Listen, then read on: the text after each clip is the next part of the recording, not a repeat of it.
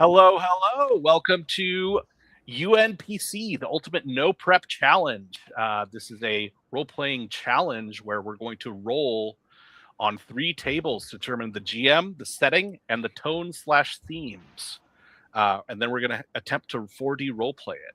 I am Chris, aka Thanks Skeleton. I have been the host for the entirety of this year. I hope to do this 52 times. Woo! And let's go down the line and introduce ourselves. Hello, I am the Archmaster. I have my own channel, Architrave Gaming, and I'm here to be vetted. I've not got to actually play a 4D session, although that has been my heart's desire for some time. So I'm very much looking forward to this. I thank Chris and all the rest of them for showing up. And you. Yes, we want to thank the viewers as well. Always. I'm Pancake. I'm a bit of a UnPC veteran. I just can't stop. Now I'm Nick Mouse. You can also call me Silva. And I think this will be my 5th UnPC. Yeah. Let's see. Let's hope I can GM this time and not do too bad. I was definitely going to bring that up, that you really want to GM, but you have not been rolled. You've not been selected. So let's hope that this happens this time. Okay, why don't we go down the line? Silva, do you want to roll on tone/themes, a D20? You notice that there's some little holes in the chart. We need to fill those in, but we'll fill them in later. Let me roll the 20. 15. 15. Zombie transformed society. Ooh. Okay, Pancake, can you roll the setting? 16. Kaiju. Ooh. Interesting. Okay. Kaiju. So the setting is something with kaijus, and we're having kind of like a zombie story. Okay, Archmaster, can you roll a 1d6 or 1d3 as appropriate? 6, which means 6. 3. Hey. Woo! All right, Yeah. Silva, you get to GM. So let's reorganize things a little bit. So let me quickly say kind of like what my idea for the tone/themes of zombie are, and why that is a tone rather than a setting is what I was thinking is that like zombie stories tend to be this kind of thing where you like wake up and then your neighbors are evil and you need to kill them. So it's like I feel like that's usually kind of unique in storytelling. But that is kind of like the idea of zombie.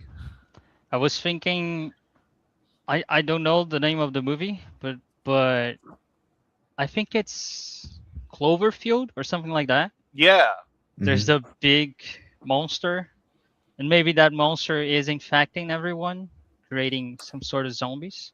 Maybe people it kills come back to life and do its bidding. Yeah, that makes sense. Would it be a big dumb kaiju or could it be sentient, like intelligent? I mean, yeah, I think kaiju. I'm just imagining some sort of giant monster that's like larger than a building. So I don't know if it necessarily needs to be stupid.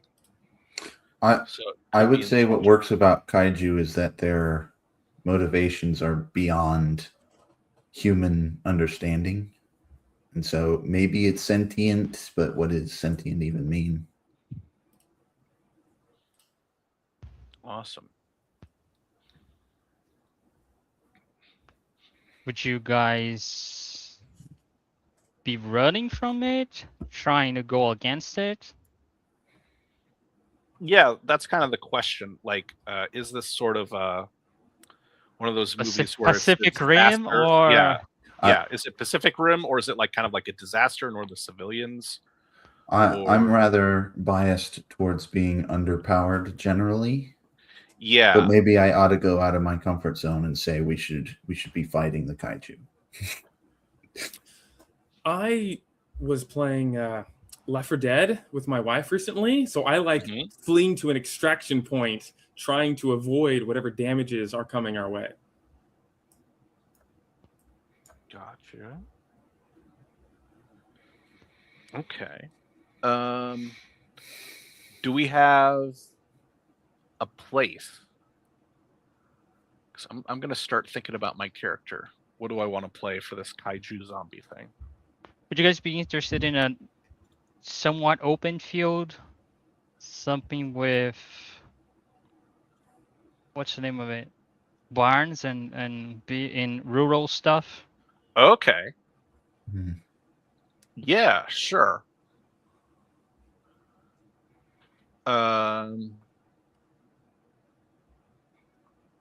Yes.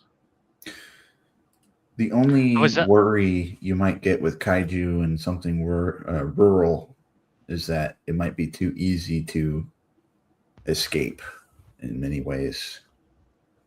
Yeah, I mean, it's just because I was thinking maybe an invisible kaiju, an invisible menace. Okay. And then people occasionally see it, maybe.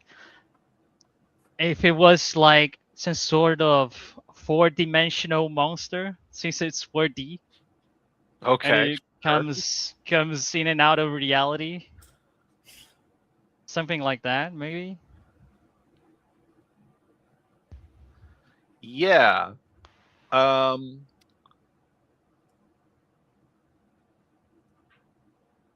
it's an eldritch kaiju that's corrupting and transforming people into zombies. Yeah. Or okay.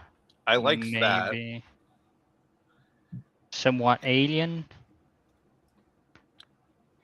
So I think I'm going to play some sort of scientist because I rolled really high on my intellect for my random character. Maybe we could do New York. Yeah, you mean like rural New York or No. Just instead of rural, we could just go full city jungle. The concrete jungle of New York. Gotcha. There's we could even do Central Park maybe.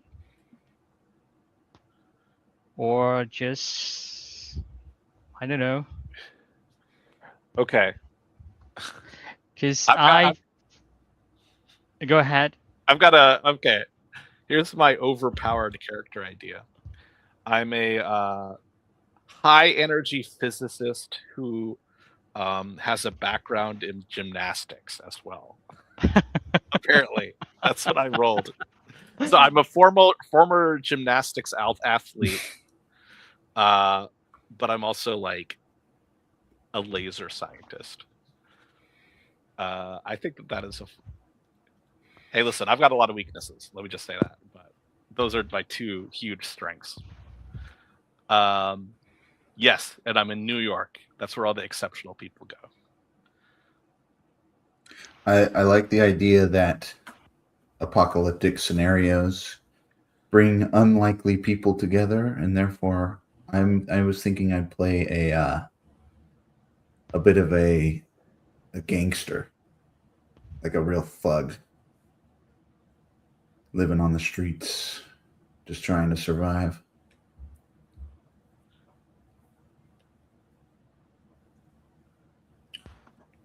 Okay. Where would you guys like to start?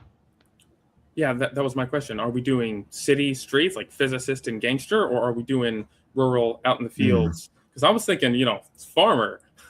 Oh yeah. Farmer, yeah. Veteran that retired to a farming life. Low intellect, low ingenuity, but I got good gun, good body, good melee. I'm here to tussle, right? And so I don't know. For the whole setting, for the kaiju thing, what popped into my mind was I'm out here in the rolling golden fields of grain, and there's some kind of like sinkhole in the ground, and some like eldritch undead kaiju comes up and it starts spreading undeath and zombie apocalypse. And I'm like, gotta get out of here. So I get my rifle and my baseball bat and I get in my truck and I start driving to town, and I get to town, and the zombie plague is already spreading, and I meet up with these blokes. That was my brainchild. Yeah. I'm not particularly attached to cities or rural. I think my character could be either. So it sounds like somebody wants rural. What do you think, Mr. GM? I was thinking more on the concrete jungle instead of rural. Now that you said what you said before, Pancake said that's you can easily outrun it. I was just saying, and also I think about. I think there will be more zombies in the city. Mm-hmm. So I arrived at the city. I ran out of gas. I got here. Gas stations, streets are blocked. Gas stations are out. I'm on foot. I meet up with these blokes. Maybe the kaiju started outside the city. Right in my farm. Yeah. Okay. Yeah, there we go. can do that. You could be someone who is fleeing, and we're kind of new to the kaiju. Speaking of, my wife didn't make the mortgage payments, and so the Eldritch Abomination came up. Yeah. Do we want to kind of like start in the middle of the attack where we all know that there's a kaiju, or do we want to kind of like experience the kaiju first occurrence? Like, is the kaiju new to us? Basically, are we starting in the middle of the action movie, or are we going to be like, oh, I'm having a normal day, but now this happens, like an escalation? I don't know. I vote in media res. I also like that too, because it's a one shot. Yeah, for sure. So the kaiju has just been released. Maybe you guys are in a traffic jam. Yeah. Well, we're saying in media res, so we want it to like we already know that there's a kaiju. There's no kind of I told you. Yeah. Yeah.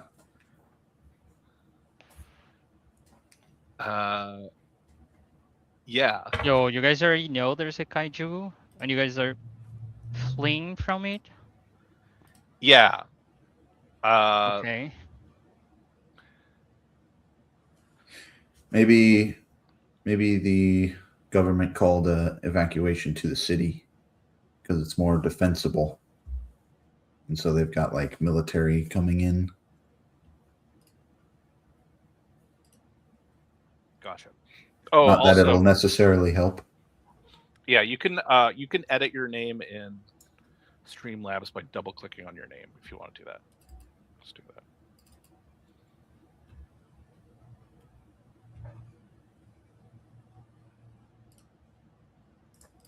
Cool.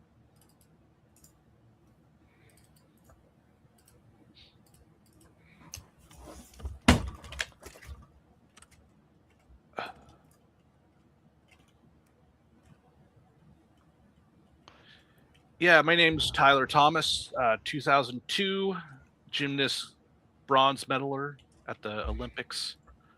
I then switched to high energy science for my career.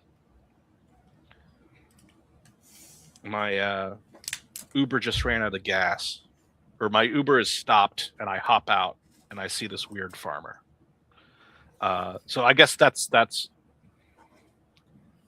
what I'm imagining is my character's premise. Anyway, do we, Mr. Silva or Nick Mouse, do you want some more time to prepare, or does everyone need time? I'm thinking mostly on where would you guys want to start at the traffic jam? Maybe arriving at the city, maybe a subway. Or you guys have already met? Maybe you're at some sort of quarantine zone? My thought is kaiju, zombie apocalypse, whatnot. Maybe this is somewhat futuristic, or the government reveals something like, hey, by the way, everyone, there's a bunker, underground bunker in the middle of New York City. Get to it if you're alive. That's our objective. We're trying to get to this bunker in the middle of the city. We're on the edge of the city. We get there. I don't like knowing each other because I enjoy introductions and whatnot. Yeah. But I think especially with the way this story is, I think it'll be good if our characters don't really they have to figure each other out. Yeah. All right. So let's find some bond. It could be whatever action we jump into. Like if we jump straight into action to start out with. In a survival situation, you want to be with the most competent people. You're competent, I'm competent. Yeah, that's good enough.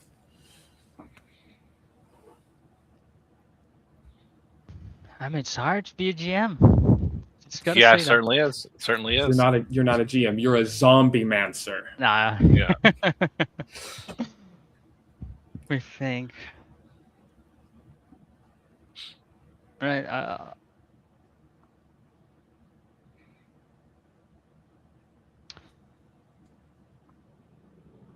right. I think I'll let you co-create. Where are you guys starting? Probably. Okay. I have just hopped out of my car, slammed the rusted door shut, and looked up at the towering skyscrapers. Dang, towers look like they're going to fall on us. And I look around for whoever might look intelligent or useful. Okay, let's start the role play right there. Okay. As a message comes from radios and TVs. This is an automated message. Evacuate to the bunker in Central Park. This is an automated message, and it keeps repeating. As people start running.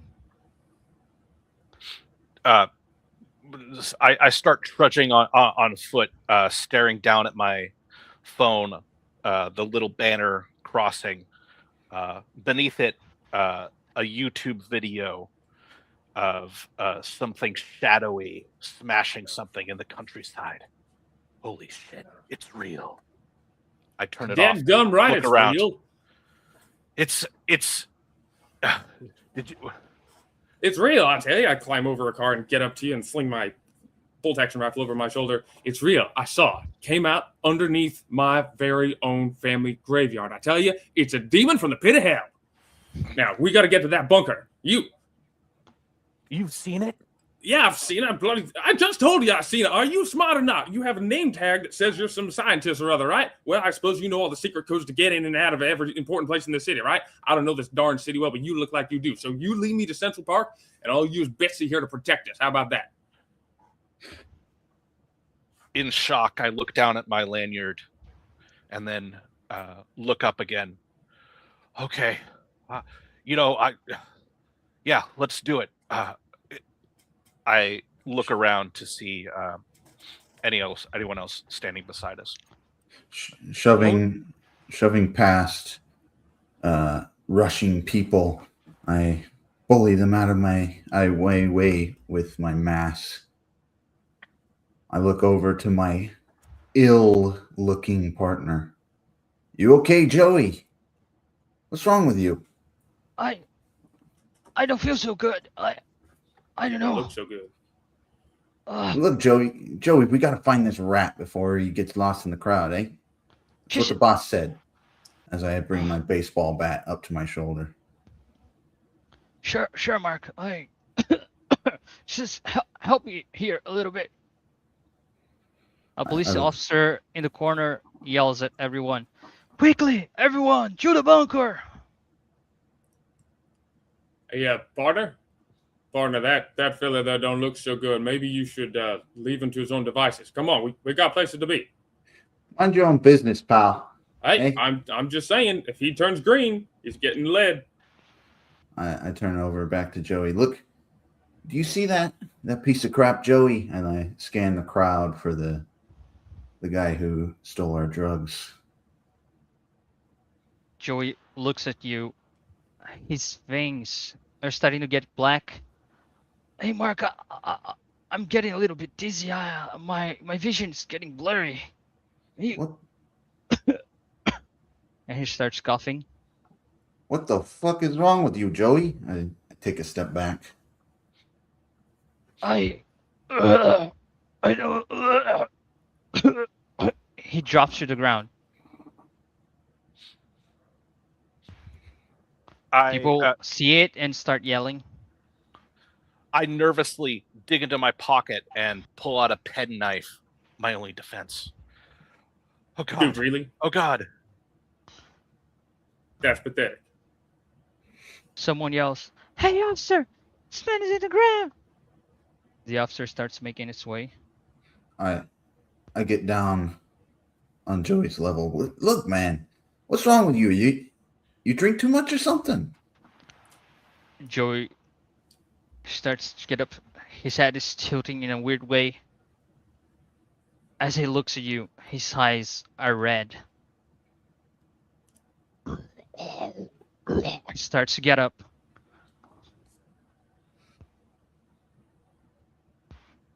I step back, my hand forward. Whoa. What?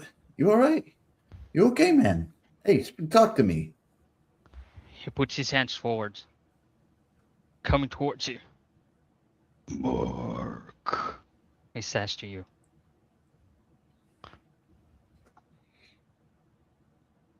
As he lunges at you, I did a defense roll.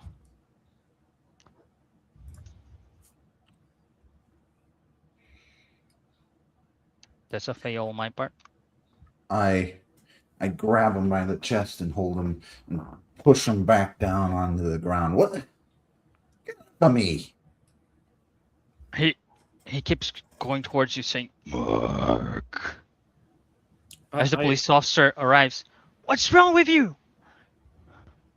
He pulls his pistol. "To the ground!" As people keep running and yelling.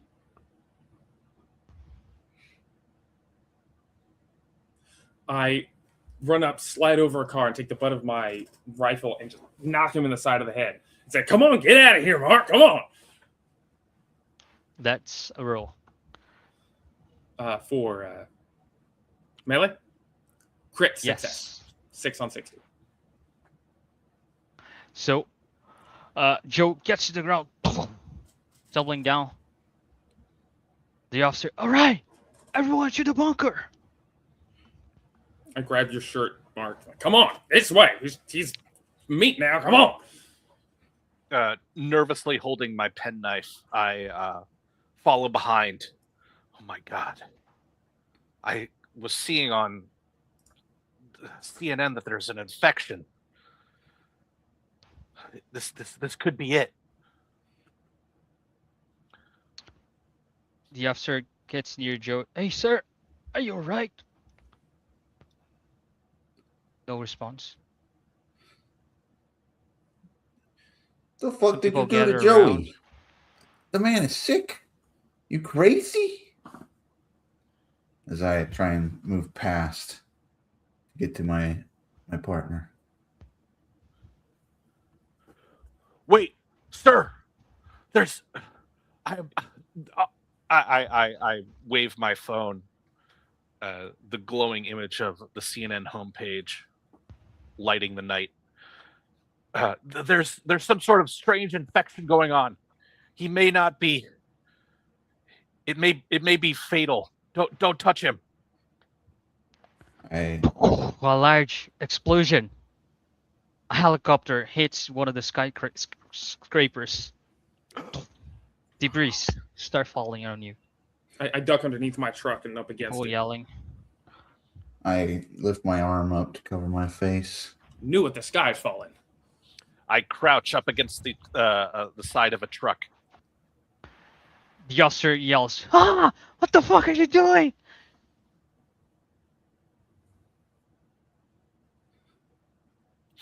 Joe beat the officer. The helicopter falls to the ground, making a huge explosion again. And a bunch of dust coming your way. I pull a piece of, I brush glass off of my jacket. Holy crap! We need to get the fuck out of here. I take my denim coat and like, "Come on. You're wasting so much time. City folk don't know how to move their feet. Come on." And I start to walk off toward what I think is the center of town. And I motion to the doctor. "Come on, you're supposed to be leading the way, buddy."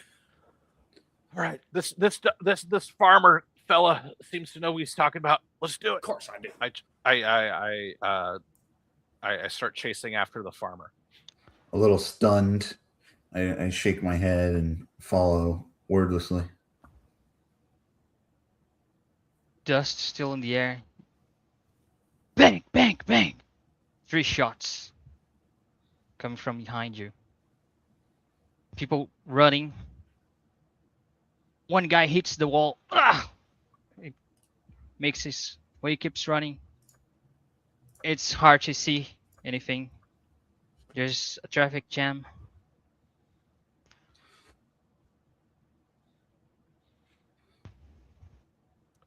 Shots again. This time coming from your right. I stand upon a tall vehicle and climb up and look over to the right to see assess what danger there is. As the dust start to settle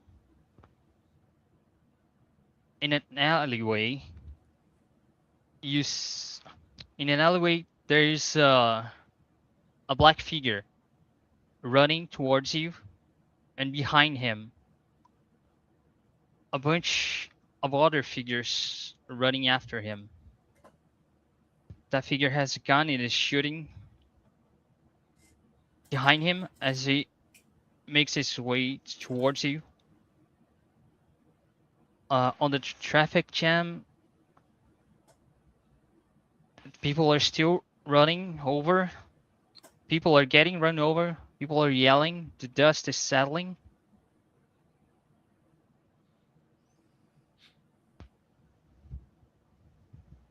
I aim down my scope of Betsy and look at the nearest person running at this military figure, and if it's a zombie, I shoot. The figure starts approaching. It's a soldier-looking fella. He has a pistol running towards you. As the other figures approach, you can see there's 5. The first one, it's a large lady.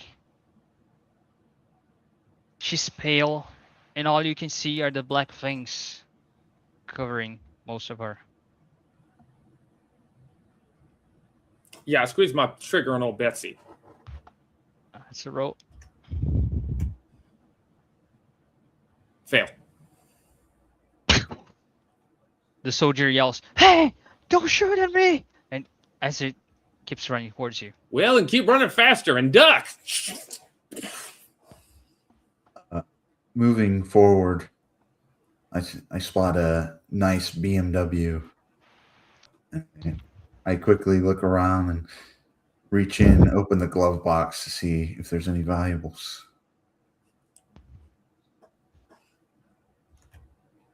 You open it. There's a bunch of cash stuffed inside the glove box. Shock on my face, I lean down and greedily grab up the cash into my arm. Inside the car, there's a figure strapped to the seatbelt in the back seat. He puts his hands towards you. Yeah. I push his hand with the butt of my baseball bat as I try and grab the rest of the cash. The soldier arrives near you. He turns back and starts shooting. Hearing the gunfire, I duck down. Damn it! I fold the penknife and stuff it into my pocket. I'm gonna need something more significance with this. I peer over into the open taxi cab and grab a baseball bat left on the seat. Okay. I stare in terror at the zombified large woman approaching. Oh God.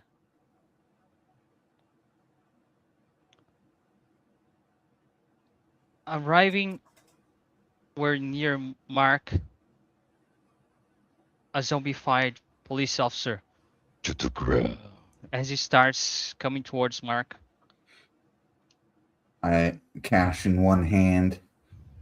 I reach forward and get ready to smack him in the head with my baseball bat. The group Finders keepers. the group of zombies that were getting near Michael and the soldier start getting closer. The soldier pulls his pistol. He shoots. The shot bounces in the wall. Tyler. Standing upright, I begin to rush forward away from the shooting towards Central Park, north. Come on, let's get the hell out of here. The police officer, zombified, pulls his hand up, still holding the weapon. He shoots. I need a defense throw from Mark. Crit fail. The shot perforates your stomach. Blood covers the cash in my left arm as I dive over the car hood and fall to the ground on the other side. Hey! Michael. As the shooting rings out, I motion to the military man running toward me, and I said, "Forget him, move on!" And I slide down the van I'm on and pursue after Tyler.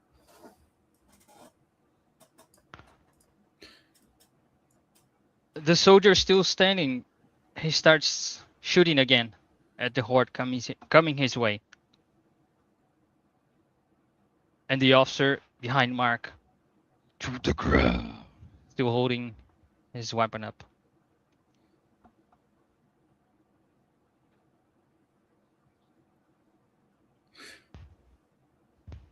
I scramble to my feet, limping towards the direction that Tyler ran. A small wad of cash still in my arm, though most of it fell to the ground. I run with all my speed. Right into me. As I'm sliding off the van, we bump. I'm like, What's the deal? You're bleeding all over the place. I shoulder Betsy and like, here, let me help you out. I'm like, sure. And I pull out like, let's get the fuck out of here. Yeah, hurry. What are you doing with all the green? You don't need green in a bunker. Come on. I run off toward Tyler, helping him along, helping patch his wounds. Staring forward, before me are two semis parked horizontally, blocking the road. A horrifying obstacle. Oh God. I stop and crouch behind a New York City cab, looking backwards towards my two compatriots. Behind you all, you suddenly hear an explosion. As the soldier yells, "Fuck! What's the last grenade?" The semi-trucks in front of you are leaking gasoline.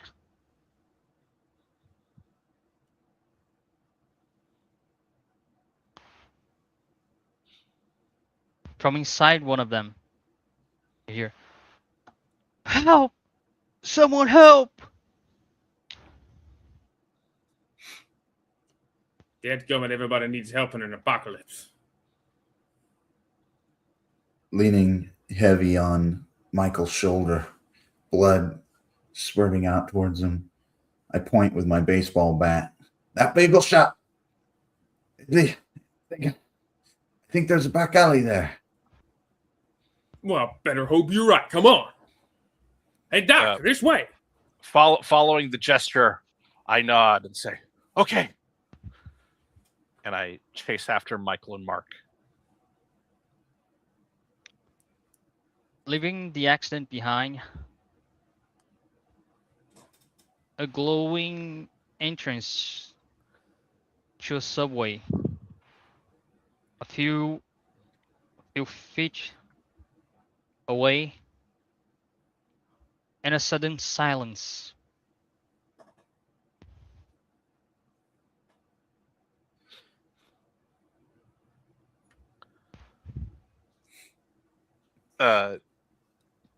I strain and listen hard.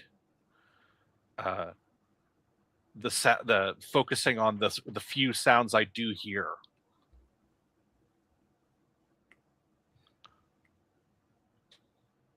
A few footsteps coming towards you from inside one of the building with a glass door. It's hard to see inside. Then the sound of sirens from everywhere.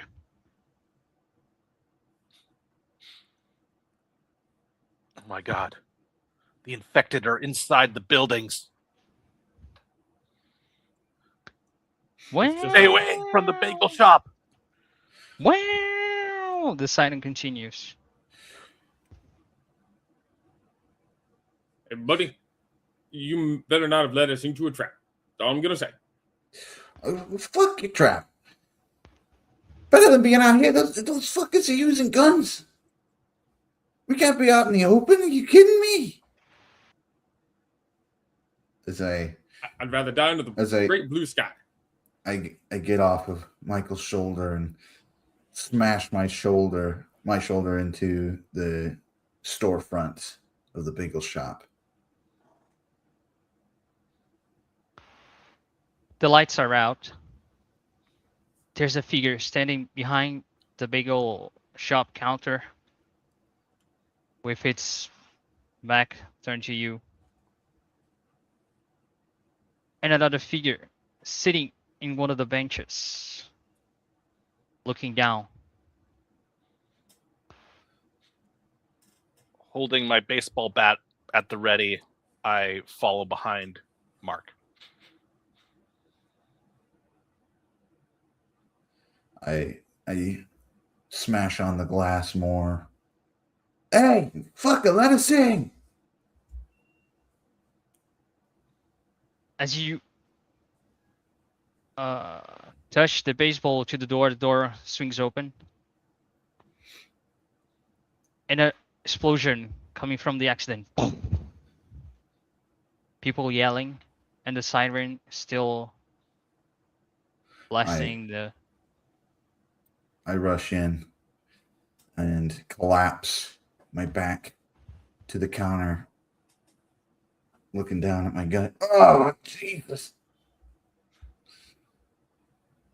You know, something tells me this ain't the first time you've been shot, boy. Holding the baseball bat at the ready, I cautiously walk up to the counter. Hello? The figure standing there with its back to you suddenly says, "Can I help you with something, sir?" As it turns towards you. You see a young lady in uniform, pale face, eyes red, black veins, but she's just standing there looking at you. The figure that was sitting in the bench with a bagel in his hand looks at you all. She's been like this for some time. I'm not feeling so well. Are you guys all right? No, I'm not fucking all right. Holy shit, I'm bleeding all over the place. Stuff a bagel in it. I go over and sit down on one of the chairs and lean my gun up against the table and say, are any of the bagels still good? Because I could use a bite to eat right now.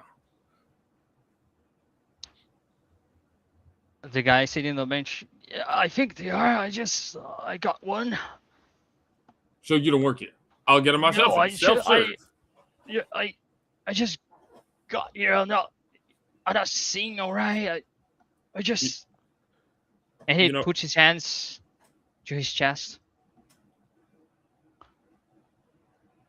The girl behind the counter repeats. Go ahead. Hey, dude. I gesture towards Michael. Stay away from her. We don't know how contagious this stuff is. That's right. We certainly don't. Excuse me, ma'am. Can I have that bagel right there, please? And I unshoulder Bessie and watch her reaction. She's standing there looking at you. She repeats. Can I help you with something, sir? Yeah, no, I don't think there's anything left. I'll just get that myself. Thank you very much. Start to walk back toward the front door and look out. And like, where's the exit here, Mr. Bleeding all over the place? I don't know. These buildings always have a fucking exit. They got a dumpster in the back. Well, then I'm going off that way. And I munch on my bagel as I walk along the wall and look for an exit.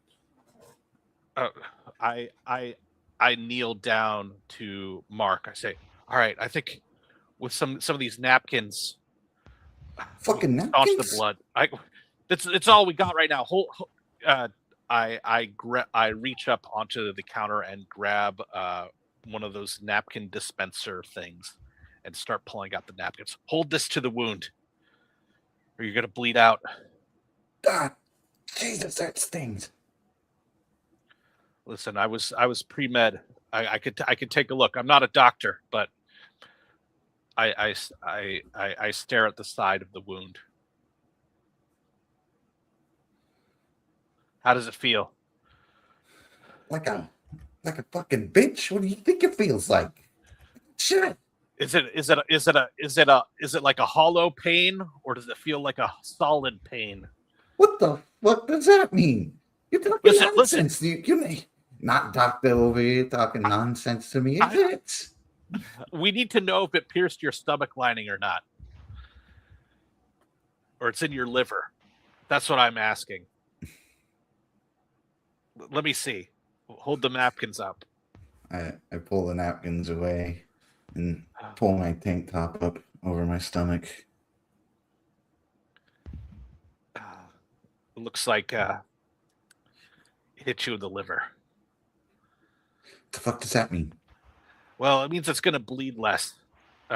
So in that case, it's a little good. But you're still going to have to hold the pressure there. Do you think you can walk? Yeah. If it means getting out of here, yeah. As I use my baseball bat to get up off the floor. Outside the bagel shop, a silhouette running away, crossing it. The guy on the bench looks at the bagel. I love these bagels. He takes a bite. As soon as he takes a bite, he falls face first into the table. I grab Tyler. We gotta get the fuck out of here. Hold on. The girl behind the counter makes her way to the oven, trying to turn it on.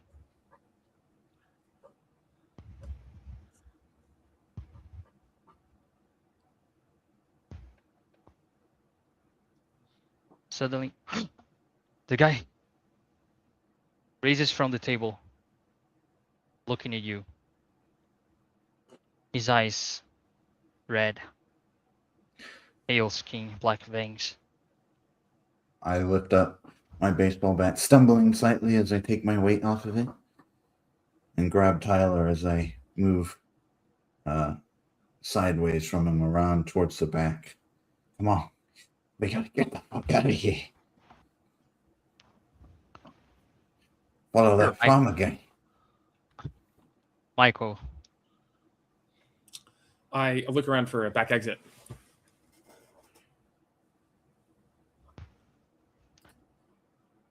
The guy from the bench gets up and starts making his way to the counter as well. On the back exit, a silent alley. Few lights still up, and another explosion in the background. Hey, Doc, give me Mr. Bleeding all over the place. You lead the way. Come on, buddy. I move over and put Mark's arm under my own. It's like, all right, so keep those napkins up there. That's vitally important that you keep the napkins on there. 100% certified medical grade napkins. All right, now follow me. Come on. Doc, lead the way. Come on. We don't have all day. All night, rather. I follow the Michael's direction while still keeping my eye on the two figures behind this. I awkwardly look around the alleyway. Central Park should be north, but I'm getting a little turned around here. I flip open my smartphone, but it reads no signal. Damn it! I put the smartphone back. I think it's this way. Problem with all these dadgum buildings is it blocks all the wind. You can't tell when north is. All right, I follow you. Better know the right way. I walk north through the alley.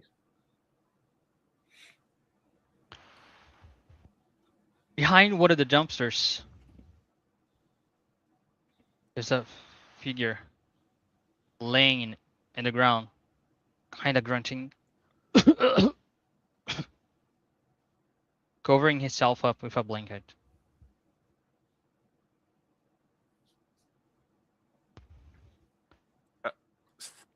Stepping gingerly over his legs, I look down at his face. Are you feeling okay?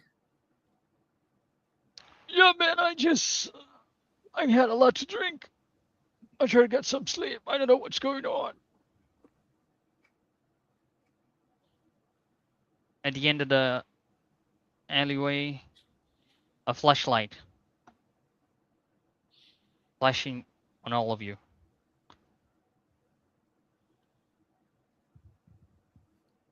Are you guys alright? A voice comes. No, I'm not all fucking right. I've been shot. No, we have a complaining third wheel.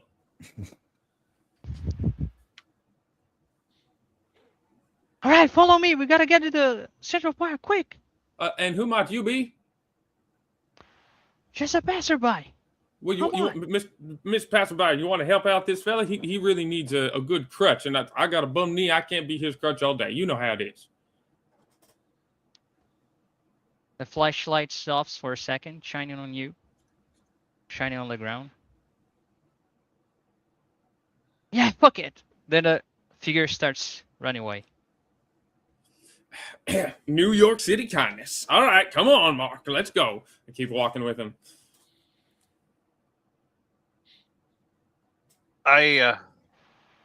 Okay. I guess let's just keep going north. I look down at the bum laying against the dumpster. Listen, you need to get out of here. Come with us north if you can. There's some sort of event happening. There's a terrorist attack or something. No time to explain. Let's get out of here. It's a dadgum eldritch creature. I start walking north. Yeah, rural boy. Eldritch creature, yeah. Hey, with this rural boy is currently your crutch, so mind your manners. What's your name, farm guy? I'm Michael. Nice to meet you. You are? I'm my name's Tyler Thomas. I'm a physicist. A physicist what? Never mind. Not important right now. Nice to meet you, Tyler. I heard you call him Mark. Mark, Tyler, Michael. We I'm glad to know you, and hopefully I can know you a little bit longer. But it all depends on if we get there before I don't know, maybe say the end of the world. So what do you say we get a move on? Like definitely. All right, let's go. Come on. What do you know about these creatures? I put Mark up against the wall of the alley, and stand with my hands around the barrel of my gun, put it down. What I know about these creatures is that if they aren't friendly, they aren't friendly. If they don't have old Southern hospitality, which we are in stark missupply of up here in the North, I never should have left Texas. Anyway, if they don't have that Southern hospitality, that means you just walk. The bum yells, "Just let me sleep, man." Well, I'm sure the sleep of the dead will reach you soon enough. Anyway, I know nothing about the creatures besides hospitality, but what I do know is there was an eldritch abomination Get up. about 100 feet tall. I said, Let me sleep. as he lunges towards Michael. Dead gummit, not The again. fence. Ah! Does it fail? I take my gun by the butt and I smack him across the head. Tumbling to Success. the ground. All right, let's keep going. Get the fuck out of here as I That push is off the the wall. greatest idea I've ever heard you say. Come on. As I use my baseball bat. Get off of me. And I use it as a cane. In the next street, the siren's still going on, a traffic jam in front of you. You can see at the end of it, Central Park, some lights pointing arrows.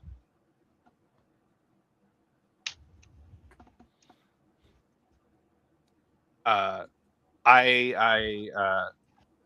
stare out at the arrows that have been set up, trying to find military insignias or something else to indicate who set them up.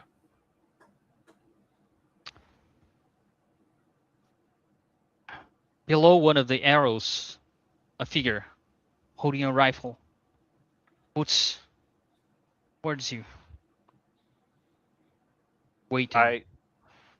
I wait. I put my hands up, still holding the baseball bat. Hey! Come forward! My left hand, I'm still leaning heavy on my baseball bat on the right side. Whoa! No need to be so. Ow. I give up. Rude. Step forward. I take my rifle in the hand and walk forward.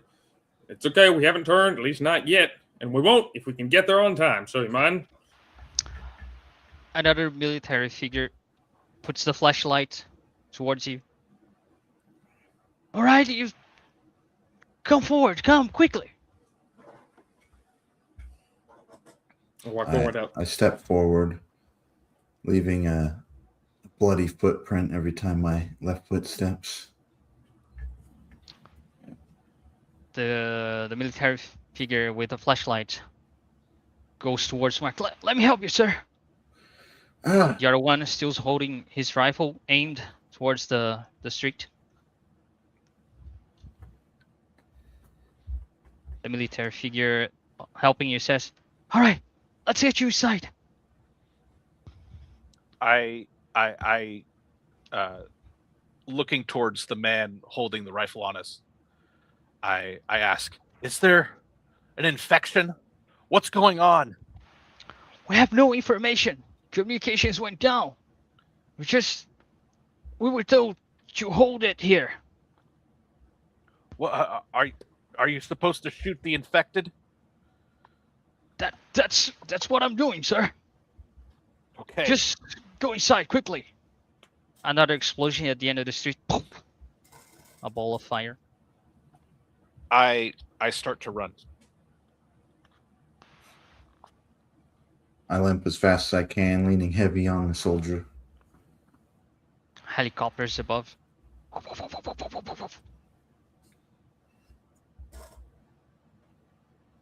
The soldier helping you, Mark. All right, sir. Just a few more steps. I got shot in the stomach. I'm not blind. As I barge into the building.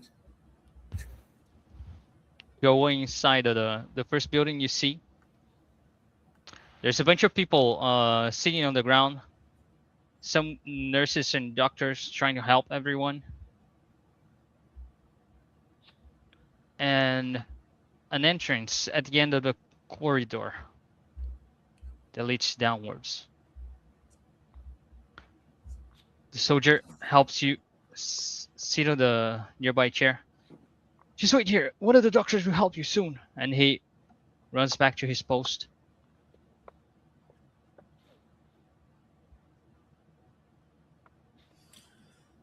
I walk over and look around for a couple bottles of water and just pick them up and walk over and place Betsy down, sit down, open it up. Here we go, because you only got one arm. So, Tyler, come on, over here. Pull up a chair. Come on.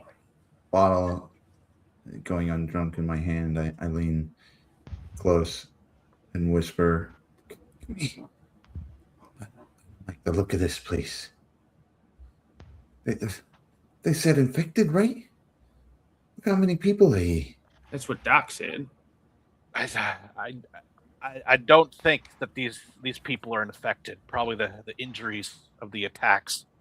I grab the arm of a nurse that is hurrying past. Can you tell us how to identify the infected? I dropped out of med school. The nurse looks at you. Hey, infected, sir. We what? Oh, here, your friend is hurt. Let me help him. She pulls a first aid kit. Panic entering my eye. Tyler, they don't even know. I saw people. They were acting strange. Their eyes were glowing red. Where? She asks you. Down that way, south. Did you? Does the soldier know? Yeah, there's something. They know something.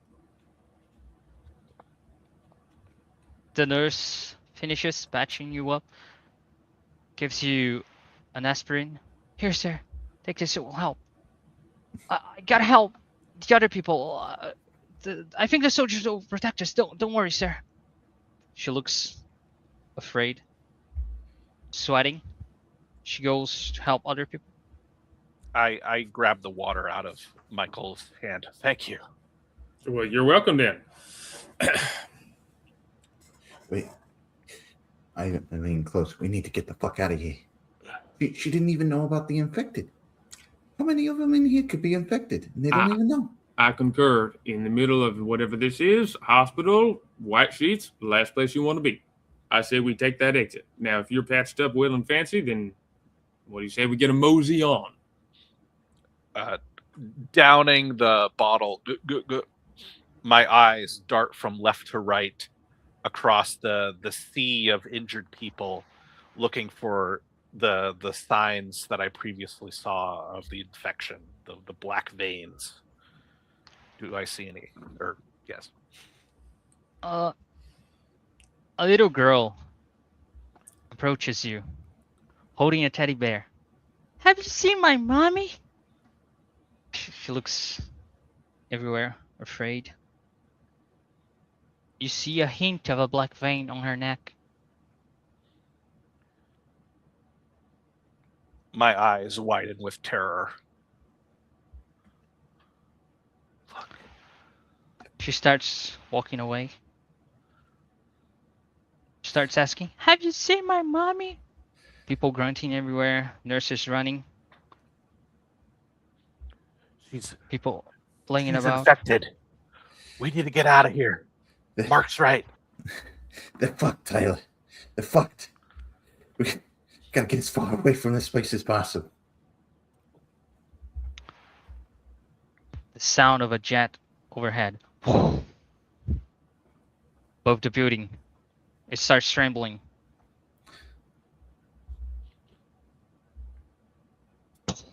An explosion outside. I stand up. Sound of guns. I stand up, dust getting into my eyes. We gotta move. Come on. I'm sure they got another exit. As I step deeper into the building. I'll stand up with you and shoulder Betsy and keep following along, snagging a snack bar along the way, rations, stuff. Soldier at the end of the hallway yells, "All right, everyone that's good, this way. We're gonna go down." People I start grab Mike. going I his grab way. Michael. You sure we want to follow him? All these Look, people. He appears to be a figure of authority. What do you say? I don't know. I'm not a city person. Tyler, what do you say? Follow a man with gun or no?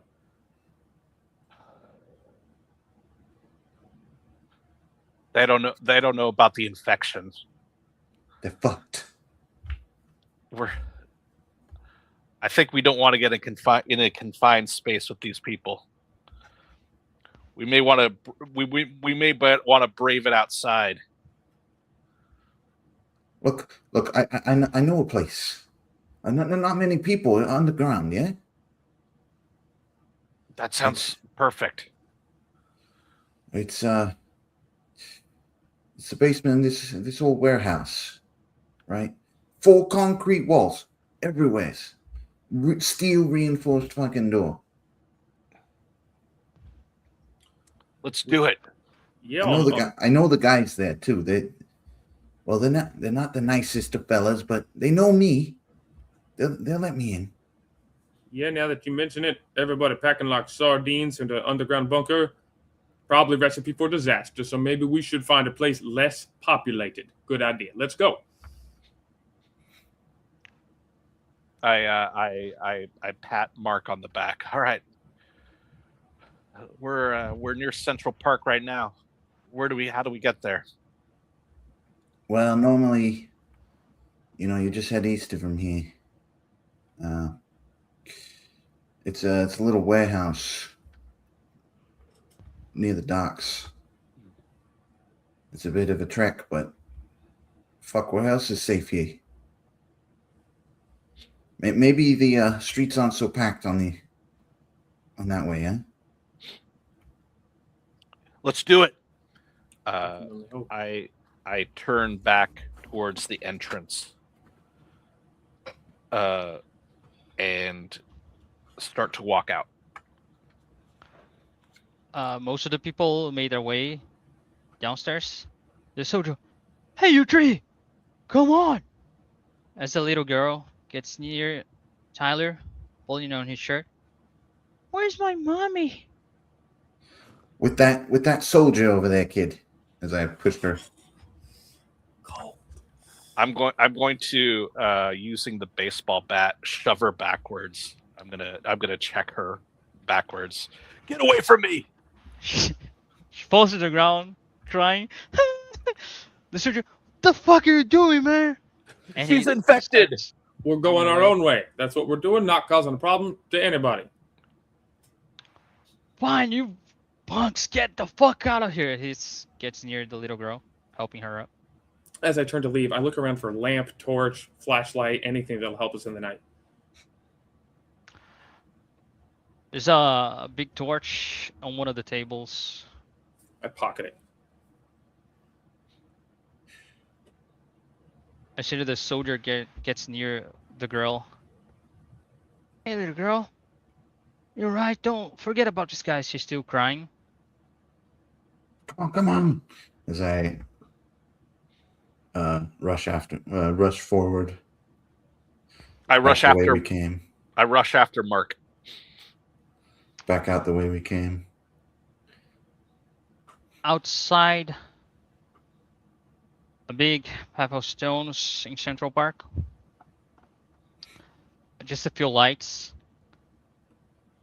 Sounds of an explosion coming from south side. I point up the road. Just this road here.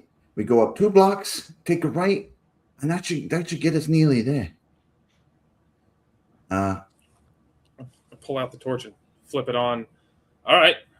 Let's go. It might be a bit of a trek down that street, but Well, if you start to get tired, I'll carry you.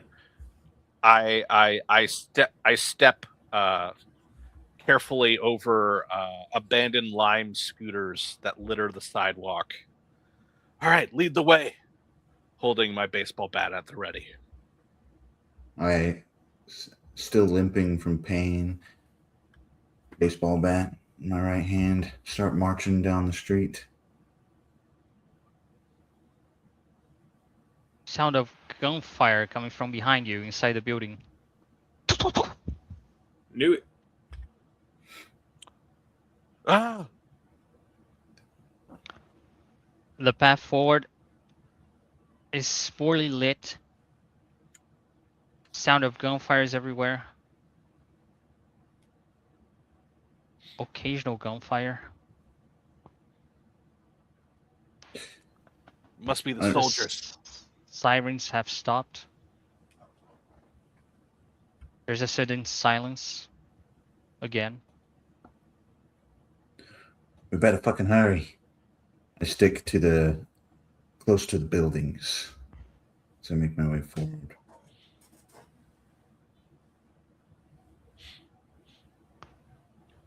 Listen, Mark. You said you can trust these guys. No, I don't think he said that. Distinctly remember him not saying that. Are they going to need us to pay them? Well, they know me. They might want something from you guys, so. All right. I'm gonna have to tap my retirement. But If we can it's edit worth this. it to survive. I approach the first street crossing cautiously, peer my head forward and look down both directions. There's someone running towards you, yelling, "Help! Help! Where's everyone?" Quickly approaching. That way, ma'am. Door to that makeshift shelter over there. I'm sure they'll take good care of you. The young-looking man looks at you. "Ma'am, what? Oh, all right, fuck, they're that way." You better hurry. I think they're closing the door. He starts running that way. At the end of the street. I don't see nobody else. Let's cross quickly. We don't want to be in the open. As I start rushing across the intersection. I run across the the other street as side. well. I do as well. Stay away from me. I shout cruelly at the passerbys. It's just a few people running towards the building you left. At the end of the street, just a few lights.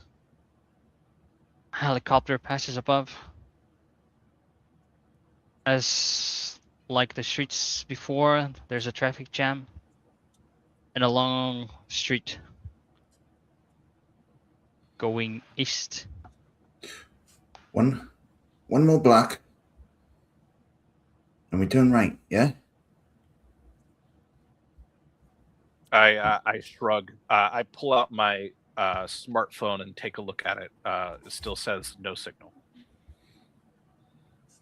It was a rhetorical question, Tyler.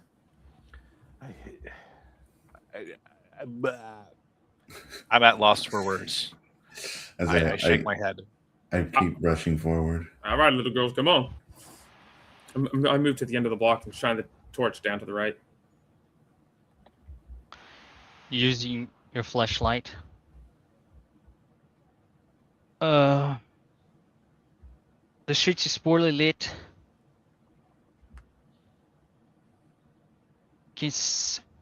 At the end of the street appears like there's a big black wall.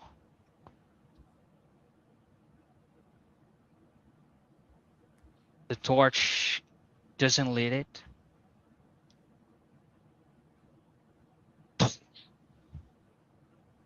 The ground trembles. What the fuck? Well, The that's torch is peculiar. shit, Michael. Ain't lighting shit up. Come on, we gotta hurry. Why don't you take a look at this? I stare out at this strange black wall. Is this the new meta material that the military's testing? What's happening? I squint my eyes, staring at it. A massive hand comes out of the wall, reaching a nearby building. Oh God! I dive backwards onto the ground, scrambling and huddling against the wall. I look up. Oh boy! Turn off the torch, grab Betsy, and move back behind the corner of the wall. Man, I hope I have enough of these left. What the hell is this thing? What the fuck was it? You two, shh. I dodge and hide behind Mark. The sound of jets. Explosions. I cover my ears.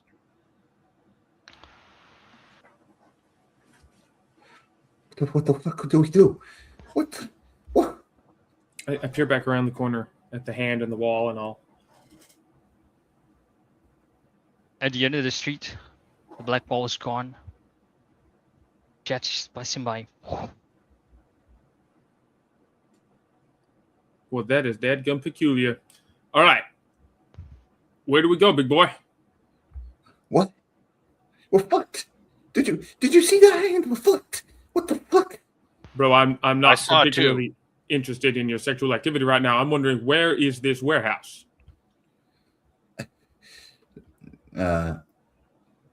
Struggling to gather his thoughts. It's just down that road, like 2-3 miles. Okay, well, I don't know what that thing was, but something's telling me it's better we find a way around it. So next street, what do you say? Yeah. That should work, I think. Okay, let's go. Come on. I go over and help lift him up and lift Tyler up and pull out my torch and say, can I trust you with this? Mr. Tyler. Yeah. I Okay, can do here it. you go. Lead the way. I'll keep Betsy on. Come on, Mark. Come on. Lean on me. Pacing forward, the flashlight shaking in my hand. All right, Mark, hold it steady. it's just one block, right?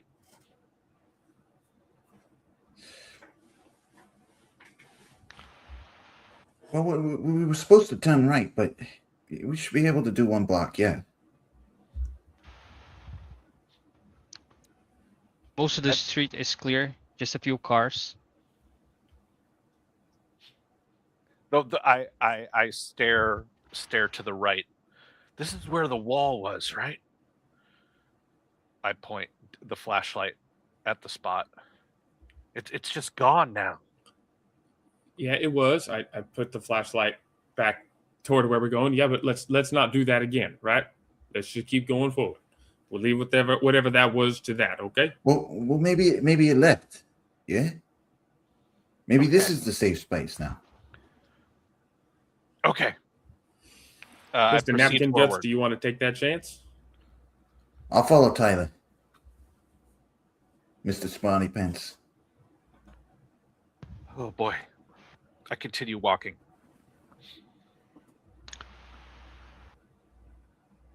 The next building. From there comes a sound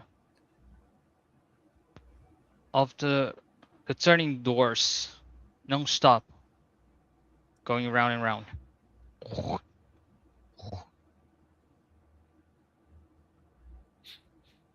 I point the flashlight towards the revolving doors. Is there someone there? It lights the revolving doors. A figure holding a briefcase, going round and round at it.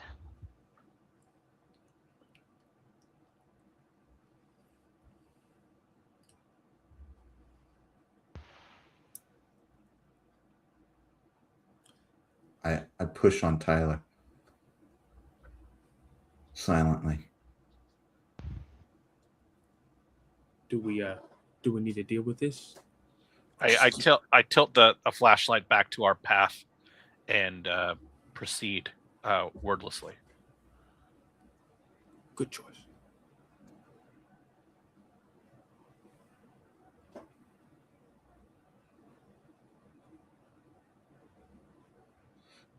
Going past it, there's a better view of the figure.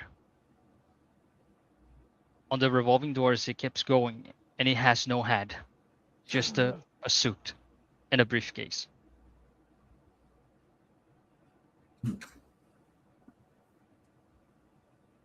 Sound of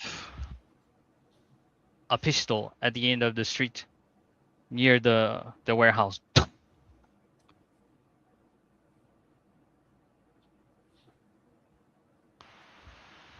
Fuck.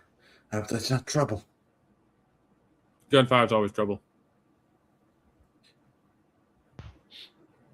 I look behind me, trying to find the location where the gunfire is coming from. Just a few buildings ahead. Under an abandoned building is the warehouse where the sound of the gunfire came from. That's it up ahead.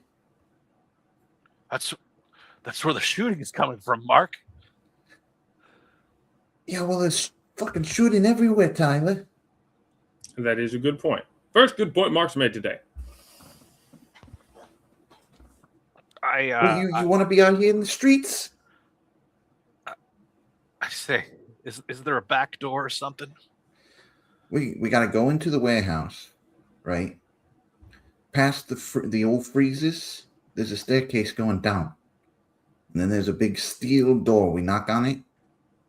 All right? And you let me do the talking, right? Okay. I walk down the street towards the entrance to the warehouse. I go with. Reaching a wallet fence under the abandoned building. It's a big warehouse made of steel plates. A few lights inside. The figure standing at its door with a flashlight, leaving the ground.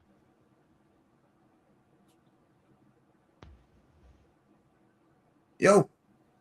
Hey, it's Mac. The flashlight points towards you. Who? A voice comes. Frustrated. Fucking Mac!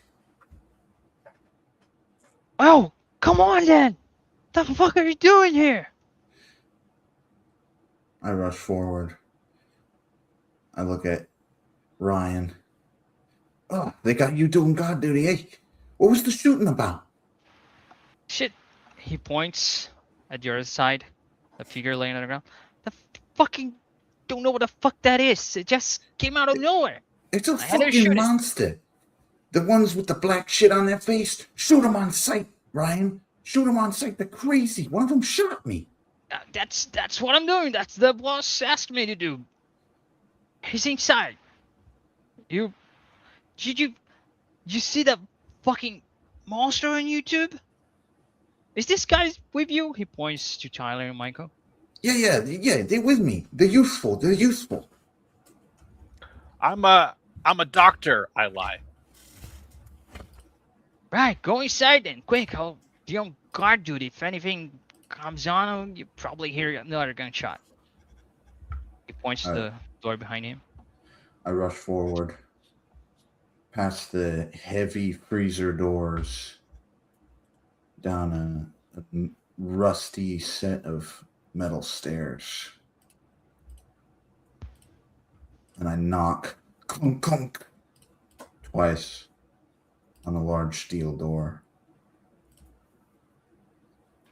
Silence at first.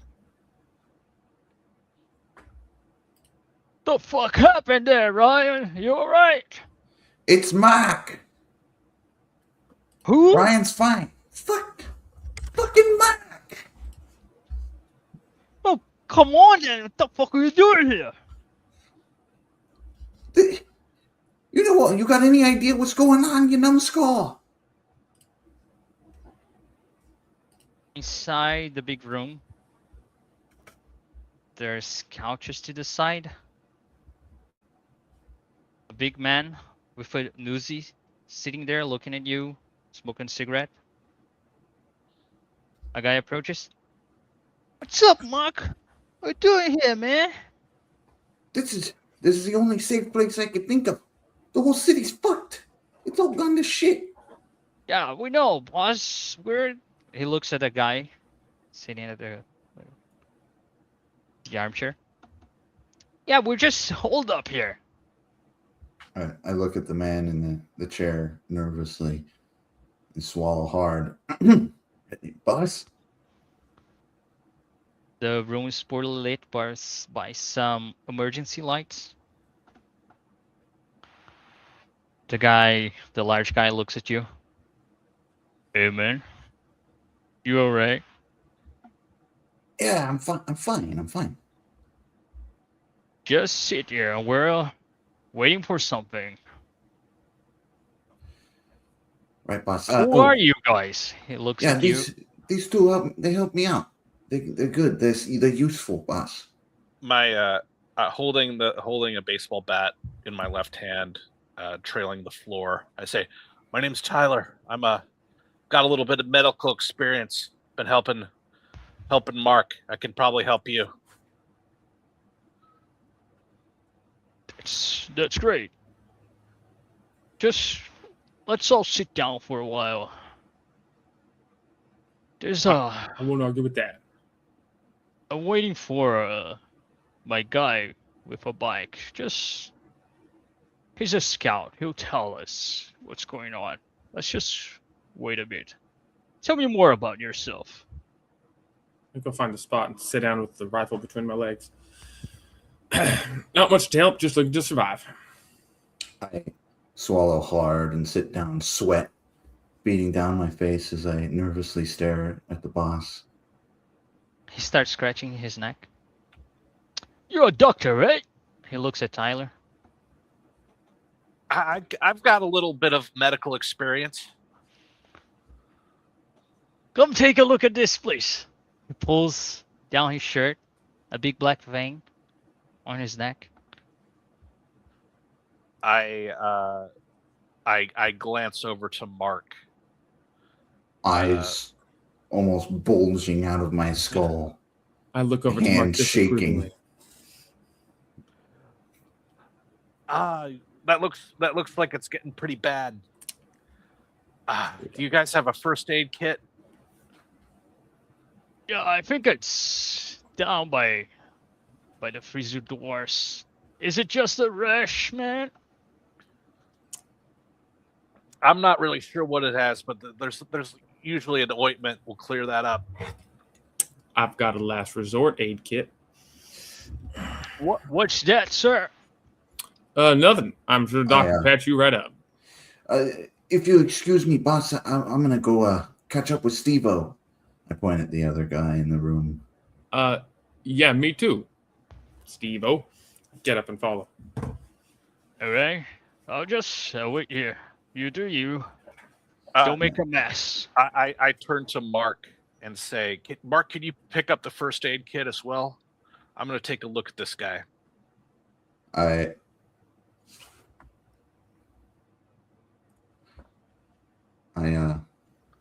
trying to hold on to my composure. Hands are shaking. What? Sweat drips onto the floor.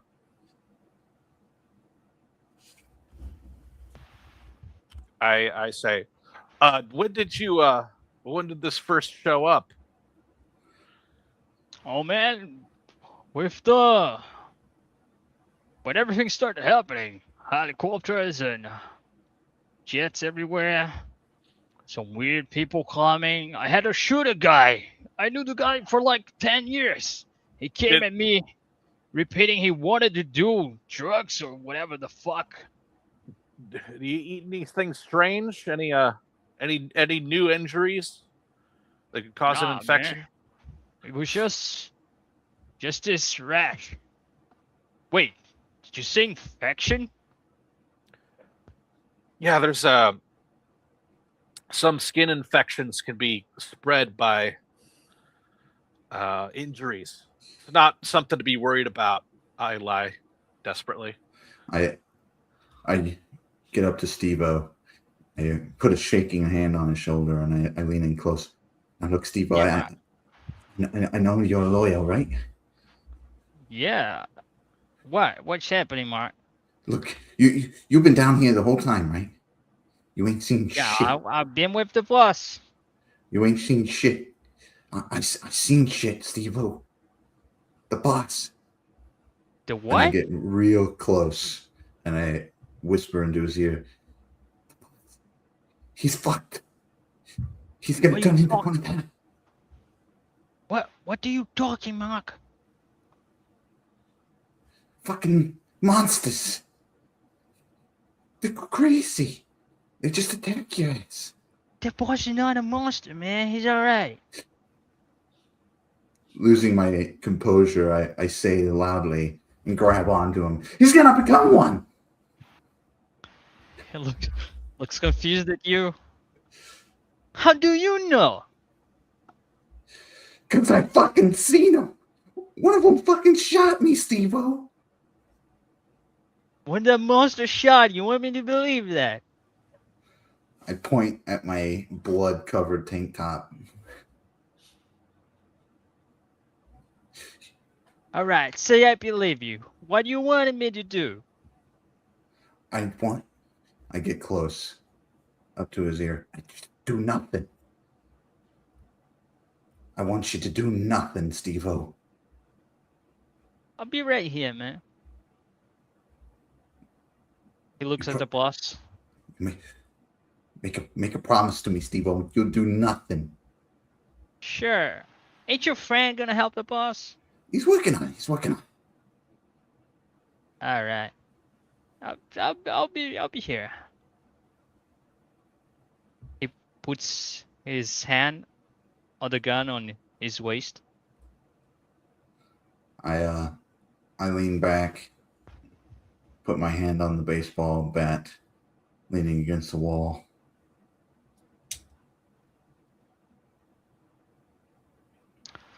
The boss looking at Tyler. Alright, man. So it's just a wreck. Let's not worry about it. I recommend bed rest.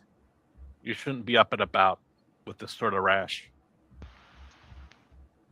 Sure, I'll go to my office then. He gets up. The rotund figure starts walking away from you towards one of the doors.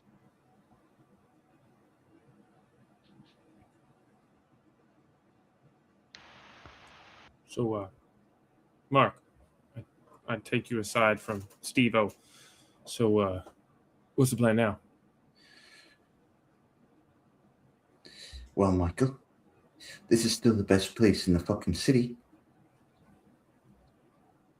You sure about that? I shrug. But, these guys who stay here, they're fiercely fucking loyal. I don't think Steve-O believed me. If we gotta take out the... You see, one of them... You weren't exactly very articulate. I say we wait for the boss to have his day and let his chummies take care of it. If we cut out the boss out of business too soon, we'll be facing walls of lead. So let's just let them take care of it. We'll just stay quietly in the corner. Yeah. We just gotta make sure Steve-O's between us and the boss, eh? Yeah, let's make sure they're all between us and your boss. Yeah. as I still shaking. I sit down. I sound of screeching tires outside.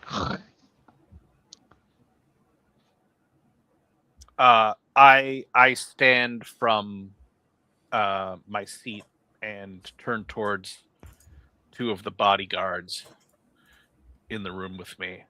Did you fellas have any rashes to complain about, or any sort of issues? Steve looks at the other guy. It looks at you. Nah, we're fine, man. Just we had some sort of encounter with one of the boss partners earlier today before everything went to shit. But we're fine. Yeah, can you tell me about the encounter? The thing is that a lot of these I don't think there's some diseases that are kind of similar to tetanus that are spread through injuries. So I'm just trying to figure out how he could have got it. You know what I'm saying? I lied desperately, sweating and biting my lip.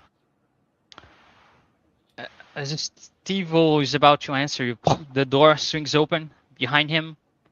A guy in motorcycle suits holding the helmet. Where's the boss? Gotta speak to him. Oh, Mark, you're here, man. Everything went to shit. Everything went to shit. Dude, that was a massive hand in the sky. I fucking saw it. Fuck. I look at Steve-O. He's not lying. I saw it too. It's two of us, Steve-O. Two of us. Saying the same things. Steve looks at both of you. Yeah, fine, I believe you. And Jack in the door holding the helmet. He puts the helmet on one of the tables. Where's the boss? Gotta speak to him. You probably know what to do. Who are you guys? Guests. I'm a medical helper. Useful guests. Your All boss right. your boss has got a rash. Actually, let me ask you something. You see any sort of people with rashes or anything outside? Dude, the buildings have rashes now. I don't know what the fuck's going on. The big hand in the sky. Let me just talk to the boss. And he starts walking towards the door, the office. I say, well, hold on for a second. He's feeling kind of sick. I don't know if you want to get in there. It might be spreading. He ignores you. He opens the door, goes inside. Steve looks at the other bodyguard. Guy is mute, just looking at you, holding a rifle. Not saying much. Steve looks at you. All right, Mr. Doctor. What do you tell me about what's happening? Well, I saw that there's some people getting a rash, and it sometimes makes them act erratically.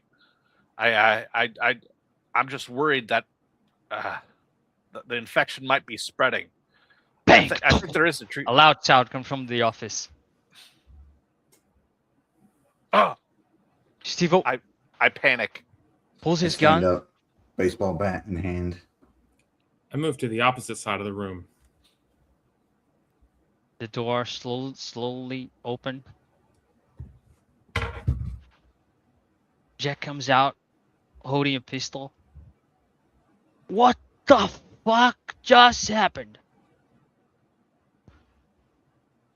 I had to shoot the boss. What? I ready my He points the baseball gun bat. at all of you. I ready my Steve-O- baseball bat to hit Steve-O in the back of the head. All right, hold to hit.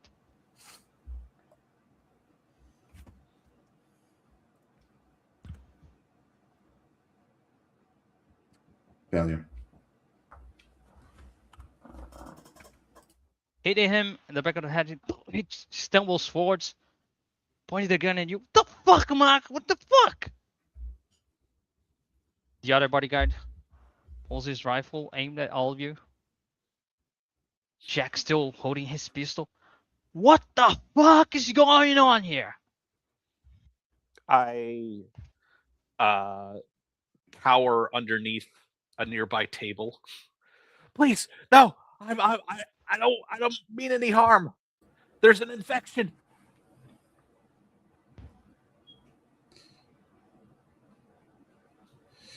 What infection, Doctor?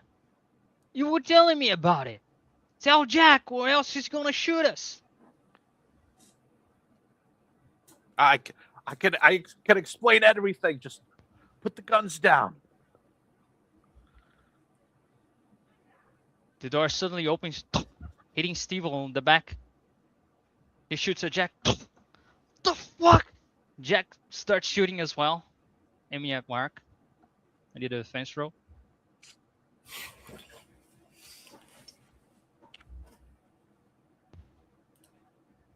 That's a fail on my part. I dive behind the couch, slamming into the ground, my baseball bat right next to me. As soon as Ryan opens the door, I heard a loud. He takes a shot in the head from Jack, stumbles forward, falls down the stairs. What the fuck? Steve yells.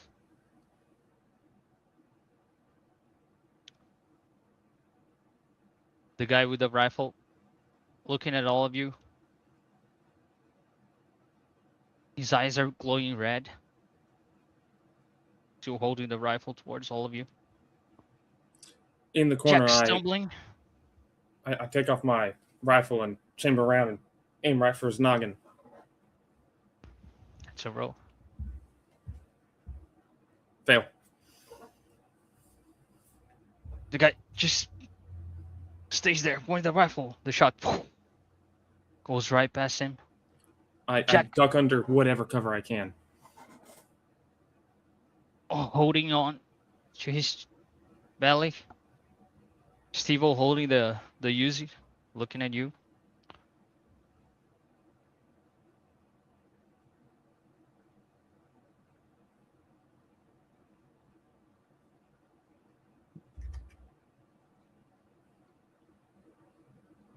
I continue to cower underneath the table. Ah! I yell from behind the couch, Jack, the box was infected. And now Jack stumbles to the ground. Steve-O, look. What? Man, what's happening to him? The fuck? He looks Fucking- down at the stairs. fucking shoot him, Steve-O. They act weird. Fucking shoot him. Steve-O pulls the Uzi. Shoots the guy with the rifle. Falls back. What now, Mark? What now? I We're stand fucked. up and look around the room, assessing the situation.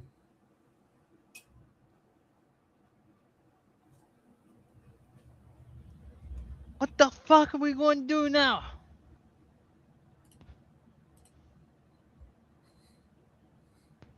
I shrug. Steve-O gets near the guy he just shot, grabs his rifle. The fuck, man? He gives you the Uzi. Keeps holding the rifle.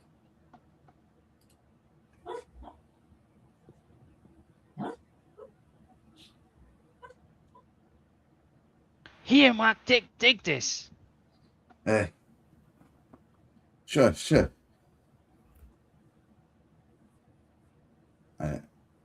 I look at Michael. How you doing over there?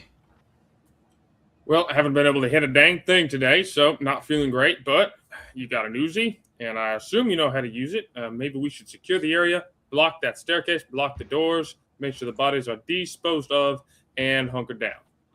That's my professional opinion. Yeah. Look, Steve-O, everything's gone to shit, yeah? Bringing my hands down for the first time, I stand up a little bit from my crouch. Listen, there's an infection going on, and if you're infected, you act crazy, and you may even kill people. That's what you got to know. And you can tell by fucking black veins on their faces. Just like the boss had. All right, I get it. Fuck. Take a look at Jack over there. I'll check the door outside. Starts. I move up to Jack, baseball bat in one hand, Uzi in the other, as I poke Jack with the bat. He doesn't move.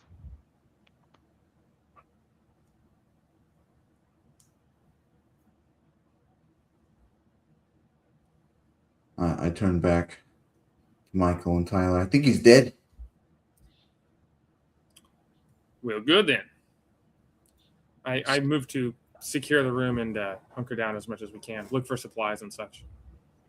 I stare down at the body. Yeah, he's probably dead. Who shot him? I didn't see what the fuck was going on.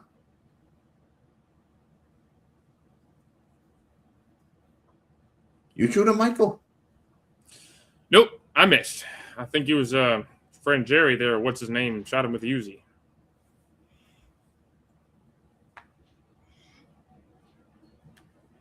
A nod. Is that right, Steve-O? You shoot him? Steve-O on the stairs, making his way down. I think I did when the door hit my back. I'll look outside real quick. Starts going downstairs.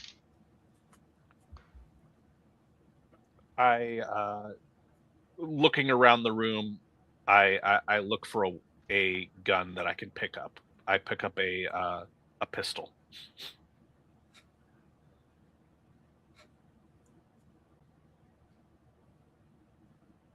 It's a clean-looking pistol. It still has its magazine in it. All right, finally, Michael. What do you think we should do? I think we should hunker down, eat some food, drink some water, and make sure we have as little contact with anyone as possible. All right. Do you think we should barricade the doors? I do indeed. Yeah, they got beefy locks on them. And you should probably take that plastic stuff and put it up on the cracks, because if it is an infection, as you say, Doc, then we can't take any chances. We should probably get the bodies out of here, though, yeah? Yeah, let's put the bodies in the boss's office. Is there anything of use or value in the boss's office that we might need during our hunkering down period? I don't know, man. Mark, you want to check that for us real quick before we load it up with bodies and seal it off? Well, yeah. Thank you, sir. I nervously go to the door of the boss's room and pull it out of my way, stick my head in. I look nervously at Mark's head poking in through the doorway into the boss's office. Is he moving in there? Give me a fucking second, Tyler.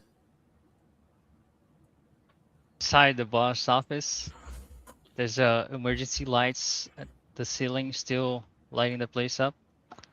A desk in the corner, blood everywhere. The boss is just standing on the ground with a hole in his head. Red eyes glowing, black veins everywhere. Just standing there in the ground. And a bed in the corner, also bloodied. My Uzi trained on the boss's body. I step into the room, go to the opposite wall of me, a painting of the boss's family. I push it off the wall, revealing the wall safe. The wall safe's there. The locking mechanism of it. It moves. Suddenly, a voice behind you at the door. What the fuck? I turn around and start spraying. I from the adjoining room, I duck down again. Ah! I hear gunfire and chamber my weapon toward the door of the office. Critical. Jack was standing at the door. He falls back. His eyes glowing red on the ground now. I keep holding down the trigger, firing into Jack's body until the mag is empty. My hand's shaking. Holy shit! You He was hear fucking dead! a voice. The fuck is happening there? More gunfire. Mark, are you alright? Steve yells from the staircase. Ignoring Steve, I throw the gun around, down on the ground. Turn it on.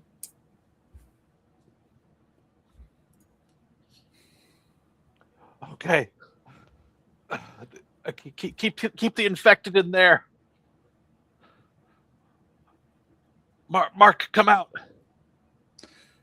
Give me a second. This is fucking important. As I enter a code into the safe and it beeps a negative at me and fuck.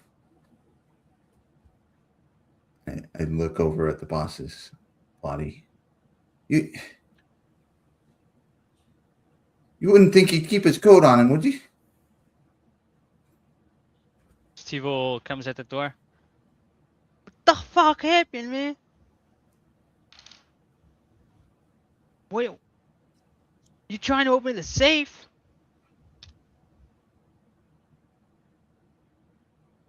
Yeah. You guys alright? It's fucking Jack. Watch yourself around him. That dead motherfucker got back up. Looks pretty dead to me now. Looking at that guy full of holes in the ground.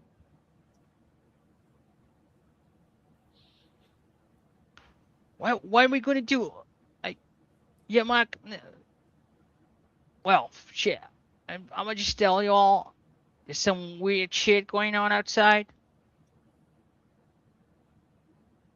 See, I was using my flashlight to try to see into the streets. There was no street, so I don't know. Probably you guys should take a look outside. I stopped mid-drink at the water cooler. And there was no street. You might care to elaborate on that? Yeah, man, I don't know. It was all black. Flashlight wasn't flashlighting. And how close was this blackness to our current location? Just outside the fence, man. Mark, is there another way out of this place? I just shake my head. Well, we better hope it doesn't like concrete. I look over to Mark. Mark, get the fuck out of that room. You might be next. What the fuck are you talking about? I check myself. I rush out of the room. You're creating a cloud of aerosolized blood. You're breathing it in. That might be how it spreads. Don't stay away from the bodies. I leap over Jack's body, holding my breath, and I slam the door closed behind me. Fuck the safe. Fuck that motherfucker.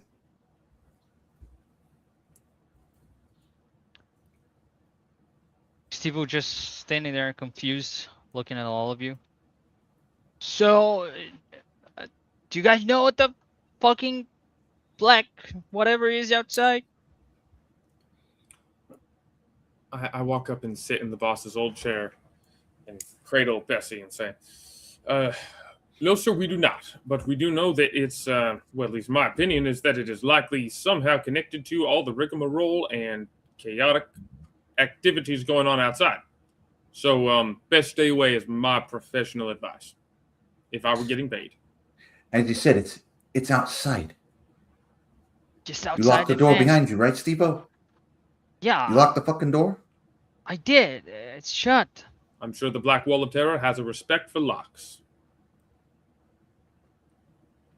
Wait, Mr. Duck, did you say the infection was through dead bodies?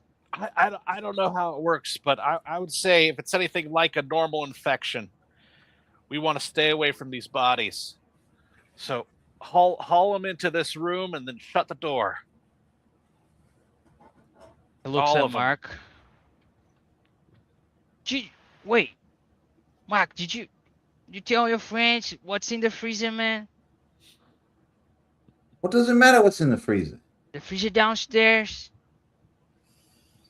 I do not like the way this is going. Shock across my face. Oh, fuck. No, What Mr. Doctor is saying is true, man. We should probably get the fuck out of here. No. You don't think.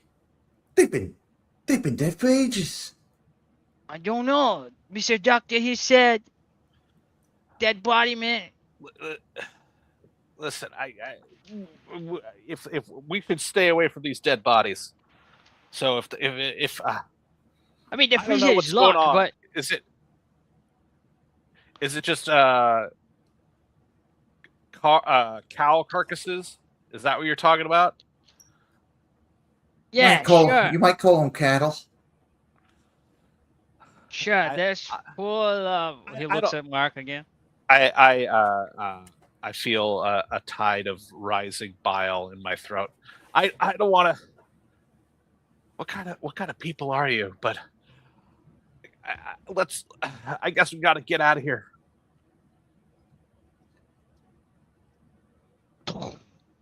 A sound. The building trembles again. Steve looking. The fuck?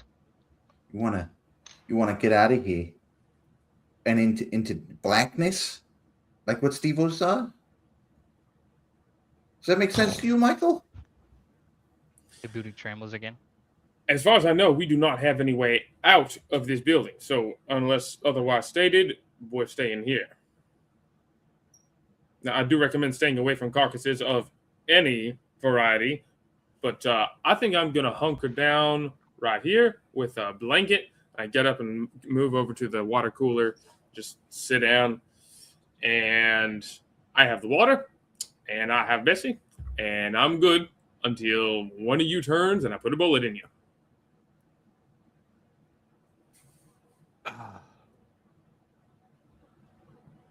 Well, let's Flash of light.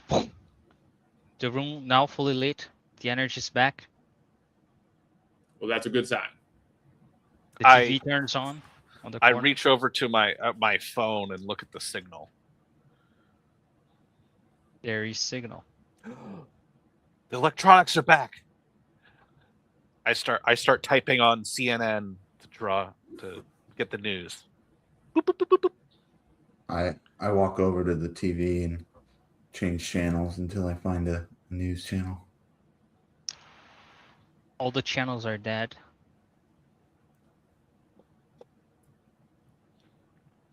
Just a blank TV.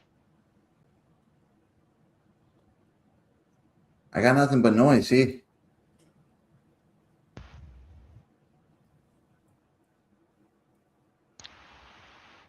On Tyler's phone, a voice comes through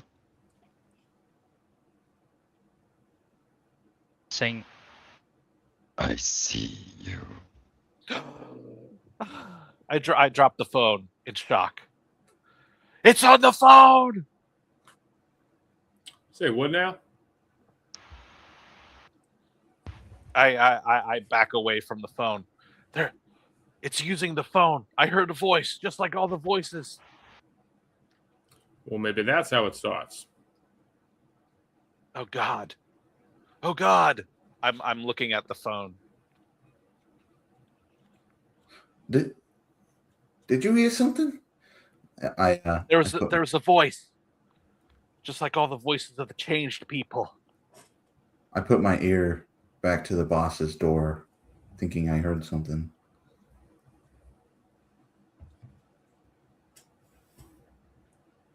There's sound inside. Like something getting up. From downstairs, you hear banging on the freezer door. Steve looks at you. Man, I'm running, man. He starts running downstairs.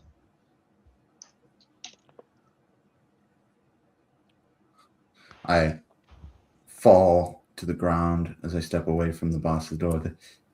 They're getting up again. You saw them. I look at Michael.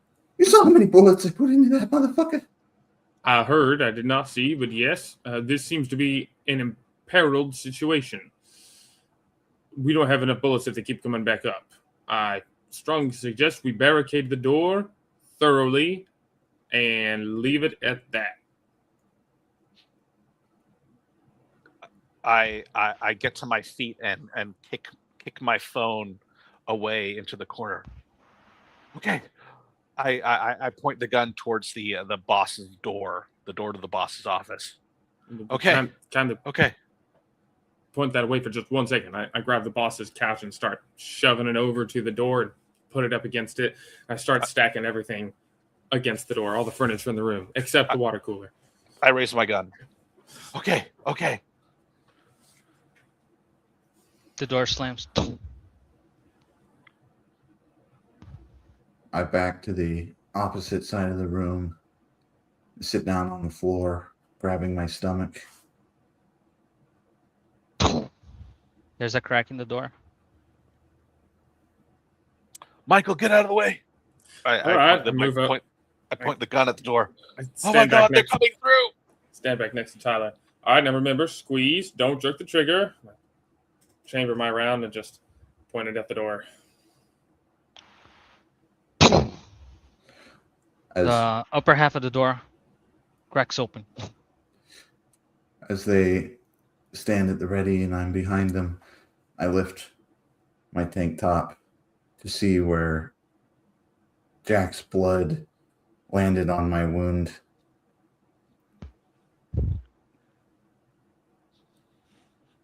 There's a black veins coming out of the wound, coming over the whatever the nurse did,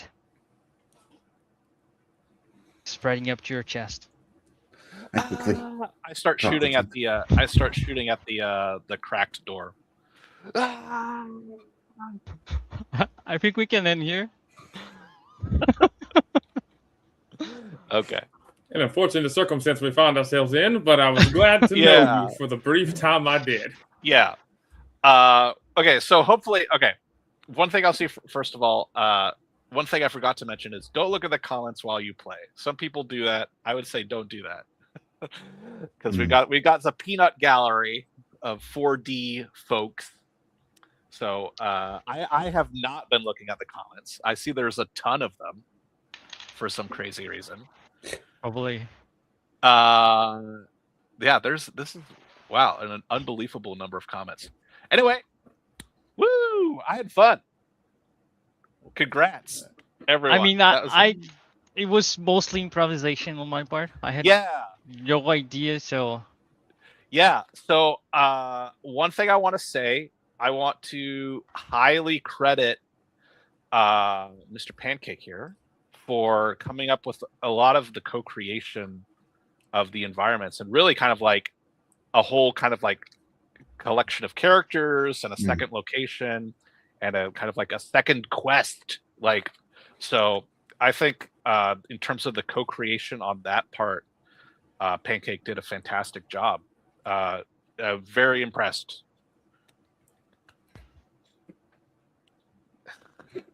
Yes.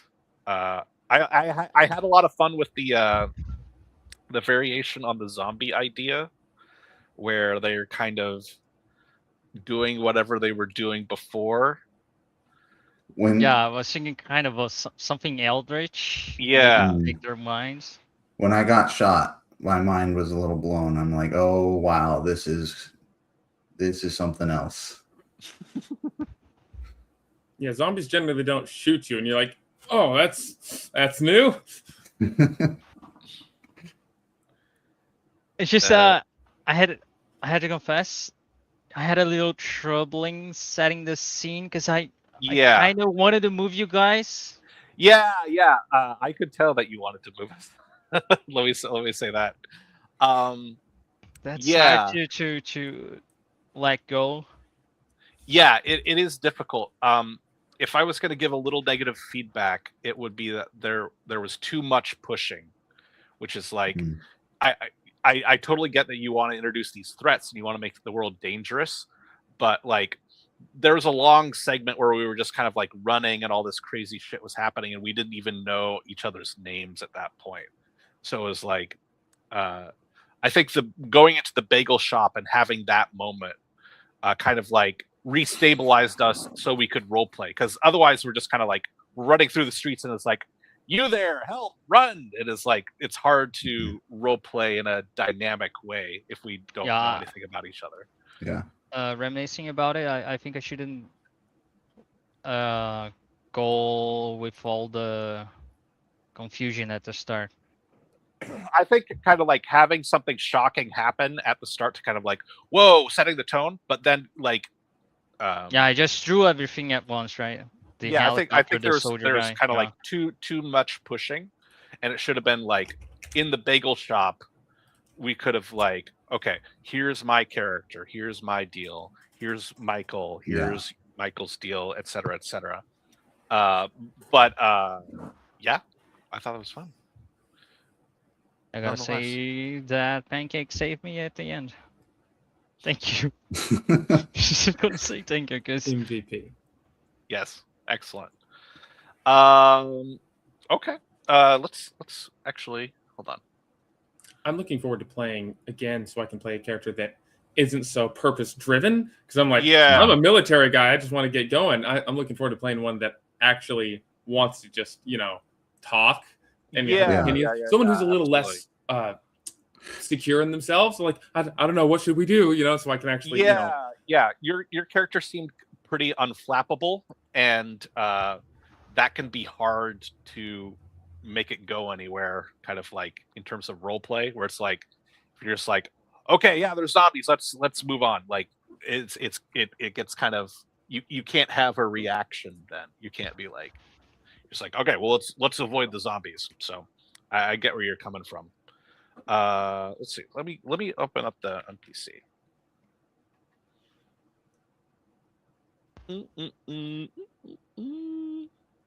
Okay, yeah. So we are actually. Let me start doing this. Let's do this part of the game.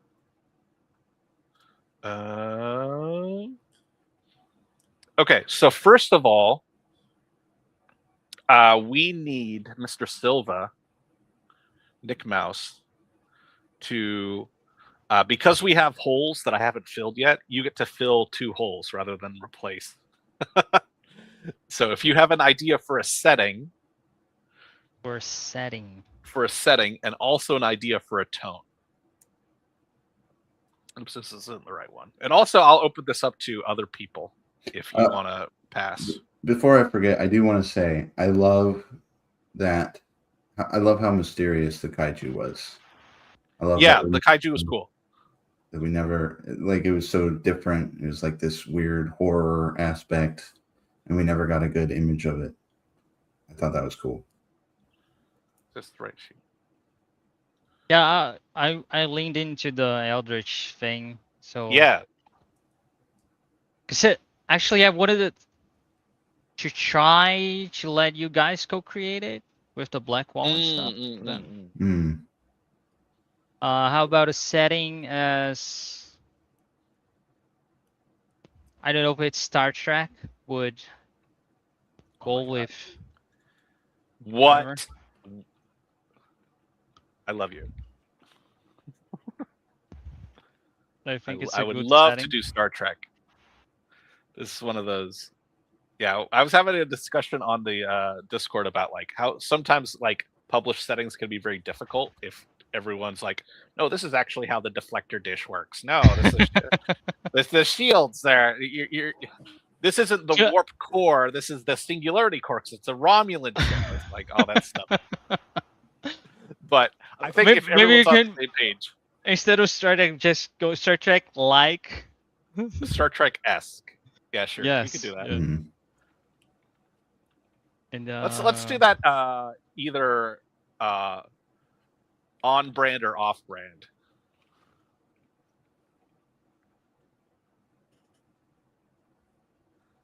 And for the tone,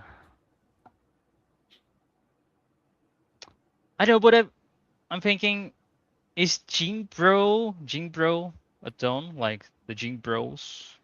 Just a bunch of buff guys. Oh, Jim Bro. Yeah, Gene Bro. Is there n- slice of no. life? Would it go with slice of life? You just well, gotta. so yeah, I know kind of like this whole column is kind of like fucking weird, but the idea is like there's like a flavor that you would Alright. add to there's some sort of dynamic aspect that is going to be added to a setting. We can add Jim Bro to a setting. No, it was just a random thought. Yeah, I have no idea. I'm just. So actually, because we've got holes, Michael, or excuse me, Arch. I forget your Archmaster. Please, do you have any setting ideas that you would want to see? I don't see fantasy, which is surprising. I Yes, think that was already replaced earlier. I think one thing that happens is that gets replaced. Do you have a specific subgenre of fantasy in mind? Yes. I already see you have Dreamscape, which is a little close to what I'm thinking, but something like grand fantasy, where it's not necessarily dreamy, but it's more like, I don't want to say anything goes, but it's more like bigger, better, almost like a cross between mythic, but not just myth, more like big but myth. You know, I call it grand fantasy. Grand. It might fantasy. be too similar to myth, so I don't know if I can actually describe that well enough. Sure. So would it be kind of like, this is not necessarily like kind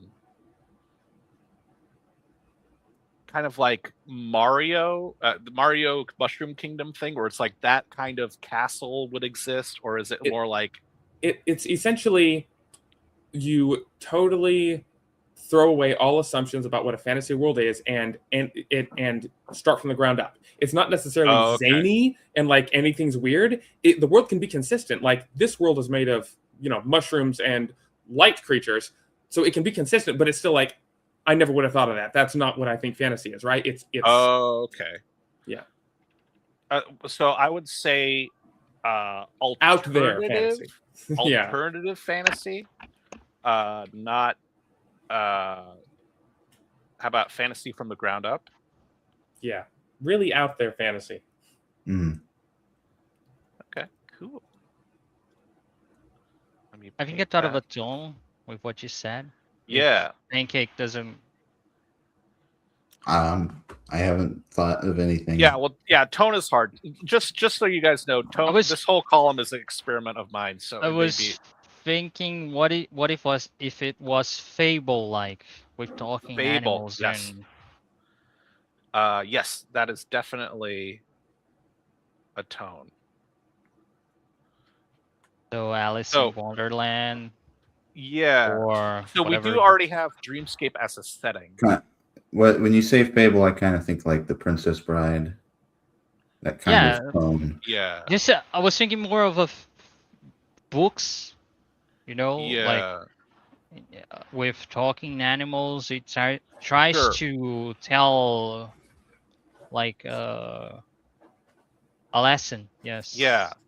I think we actually had Fable. I said lesson, and Alexa heard lesson as Alexa. All right. My accent is shit. But so basically, a morality tale. We actually we did dramatic fable. Me and Uriah did a fable way back in September. And that was very interesting. Let's just say, because it was a one-on-one game, that was also pretty challenging. It was a fable about alcoholism. But you gotta link us that one later. yeah, well, I want to watch that it. one. No, you just said it. Let's just say I wouldn't consider it my best work. I'll let Uriah speak for himself. But it was definitely a challenge. Cool. That was great. I think, let's see, what else do we have? Choose a new tone setting, post talk, off stream.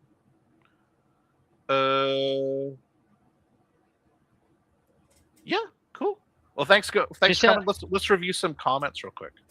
Just let me say thank you for letting me GM and having patience with me. Because probably not my best work, but I tried. Yes, well, it's UnPC. It's a challenge. I enjoyed playing with all of you. I want to play with all of you again, including next week. I want all of you to come back next week. Okay, let's see if we've got any comments that stick out. Elf Hunter wanted to see the ending of the cliffhanger. Pancake was the MVP. Don't read the chat while you play. That is correct. Let's see. Commentary on the zombies. They're scarier when they're on the edge of turning because they can still use guns, intelligence, exact. Best doctor ever. Let's see. Look at the channel, UnPCs. So what I tend to do is we run exactly 2 hours streams. That's kind of like the standard, but of course we can go less or more depending on the flow. Any other comments? Interaction between Michael and Mark felt very real. Excellent.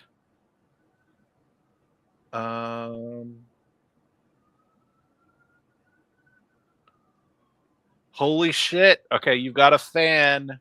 Feel the thrill. Celebrating Archmaster coming to the chat. That feels cool. Yes. A little sassy commentary from Nicholas. Okay, listen. You get a couple minutes. You get a couple minutes to think about, okay, I'm gonna have this, I'm gonna have this and this. If you're the GM, okay. Let's see. Yeah. We have some cool people showing up. Where's the sassy comment? Sassy comment. I think that this comment is sassy. Time to prepare. So this is when I asked Nick Mouse if like, oh, are you ready to go? Or any more thinking required? Because, kaiju zombies out of nowhere. You need a little time to think. Let's see. His motivation is bleeding out of his side. Yeah. Let's see. There's a lot of funny comment, a lot of good comments. What was everyone's favorite part? This is actually a good question. Let's address this. So I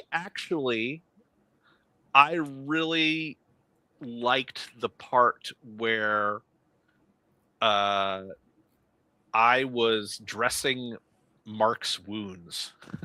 Tyler is dressing Mark's wounds in the bagel shop. Because I felt like there was a bunch of things combined that really made that solid for me, which is that it was a very specific location. Like I could imagine being in the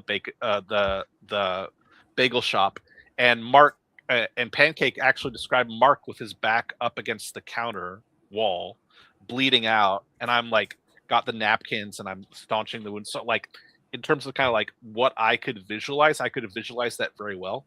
I also think that we kind of like explored the kind of like the two characters a little bit there. Mm-hmm. So I felt like that interaction was fucking cool, and I loved that. That was awesome.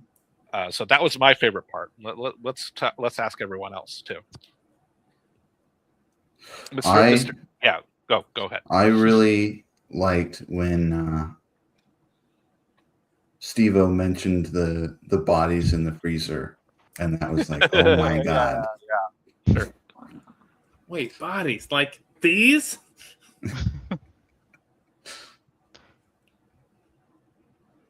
I liked the bagel shop as well. I misheard you when you said, "Hey, there's a something shop," and I was like, I don't know what he said, so I'm just gonna like walk in and like, I'm sure something's here. I didn't hear a bagel shop. I was when you was trying to talk about napkins and the server and the counter. I was like, this is some food shop. Yeah. There's probably a chair. Let me sit down. Right. I like that one because things slow down enough for me to actually talk to people. Because all the rest of the time, the mindset of an ex-military guy, farmer's like, get things done. Let's move. And so that was nice to be like, I can actually talk. You know. Yeah. I gotta say, I liked the part where you guys were in the building, the sort of hospital building, and Pancake mentioned for you guys to go elsewhere and say the warehouse where he knows some guys. Mm-hmm. That kind of saved what I was. Yeah. I thought that was really cool. I was a little concerned when I heard that, which is like, did he have like an awesome thing underground that we're gonna miss out on? But it was also like, of course not. Yeah. But like the fact that we're like, all these people are zombies, or like they're becoming zombies. Yeah, we don't want to go down down underground with them. Yeah. Continuing with my theme of like stuff that I hope isn't getting taken out of context. The one part that I thought was kind of funny is we like, get away from me, little girl. I was like, knock her back with the checking her with a bat, which is like, hopefully that nobody makes a clip of that and ruins my reputation. I swing a bat at the little girl's head. I did not do that. I very specifically did not do that. So we can have this be a companion piece with Nick Mouse's interaction in that. In the bar with the girl. Yeah. What's up with girls being abused on your stream? Yeah, I guess that's the theme of my streams. Shit. Yeah. Anyway, cool. That was everyone's favorite part. That was a great point. Thank you, Mr. Austin. Bagel shop generalist. Yes. Okay, cool. Thanks. I'm going to call it here. Ending stream. Thanks so much. Everyone stick around for the post stream. We'll talk it over. And very low frame rate.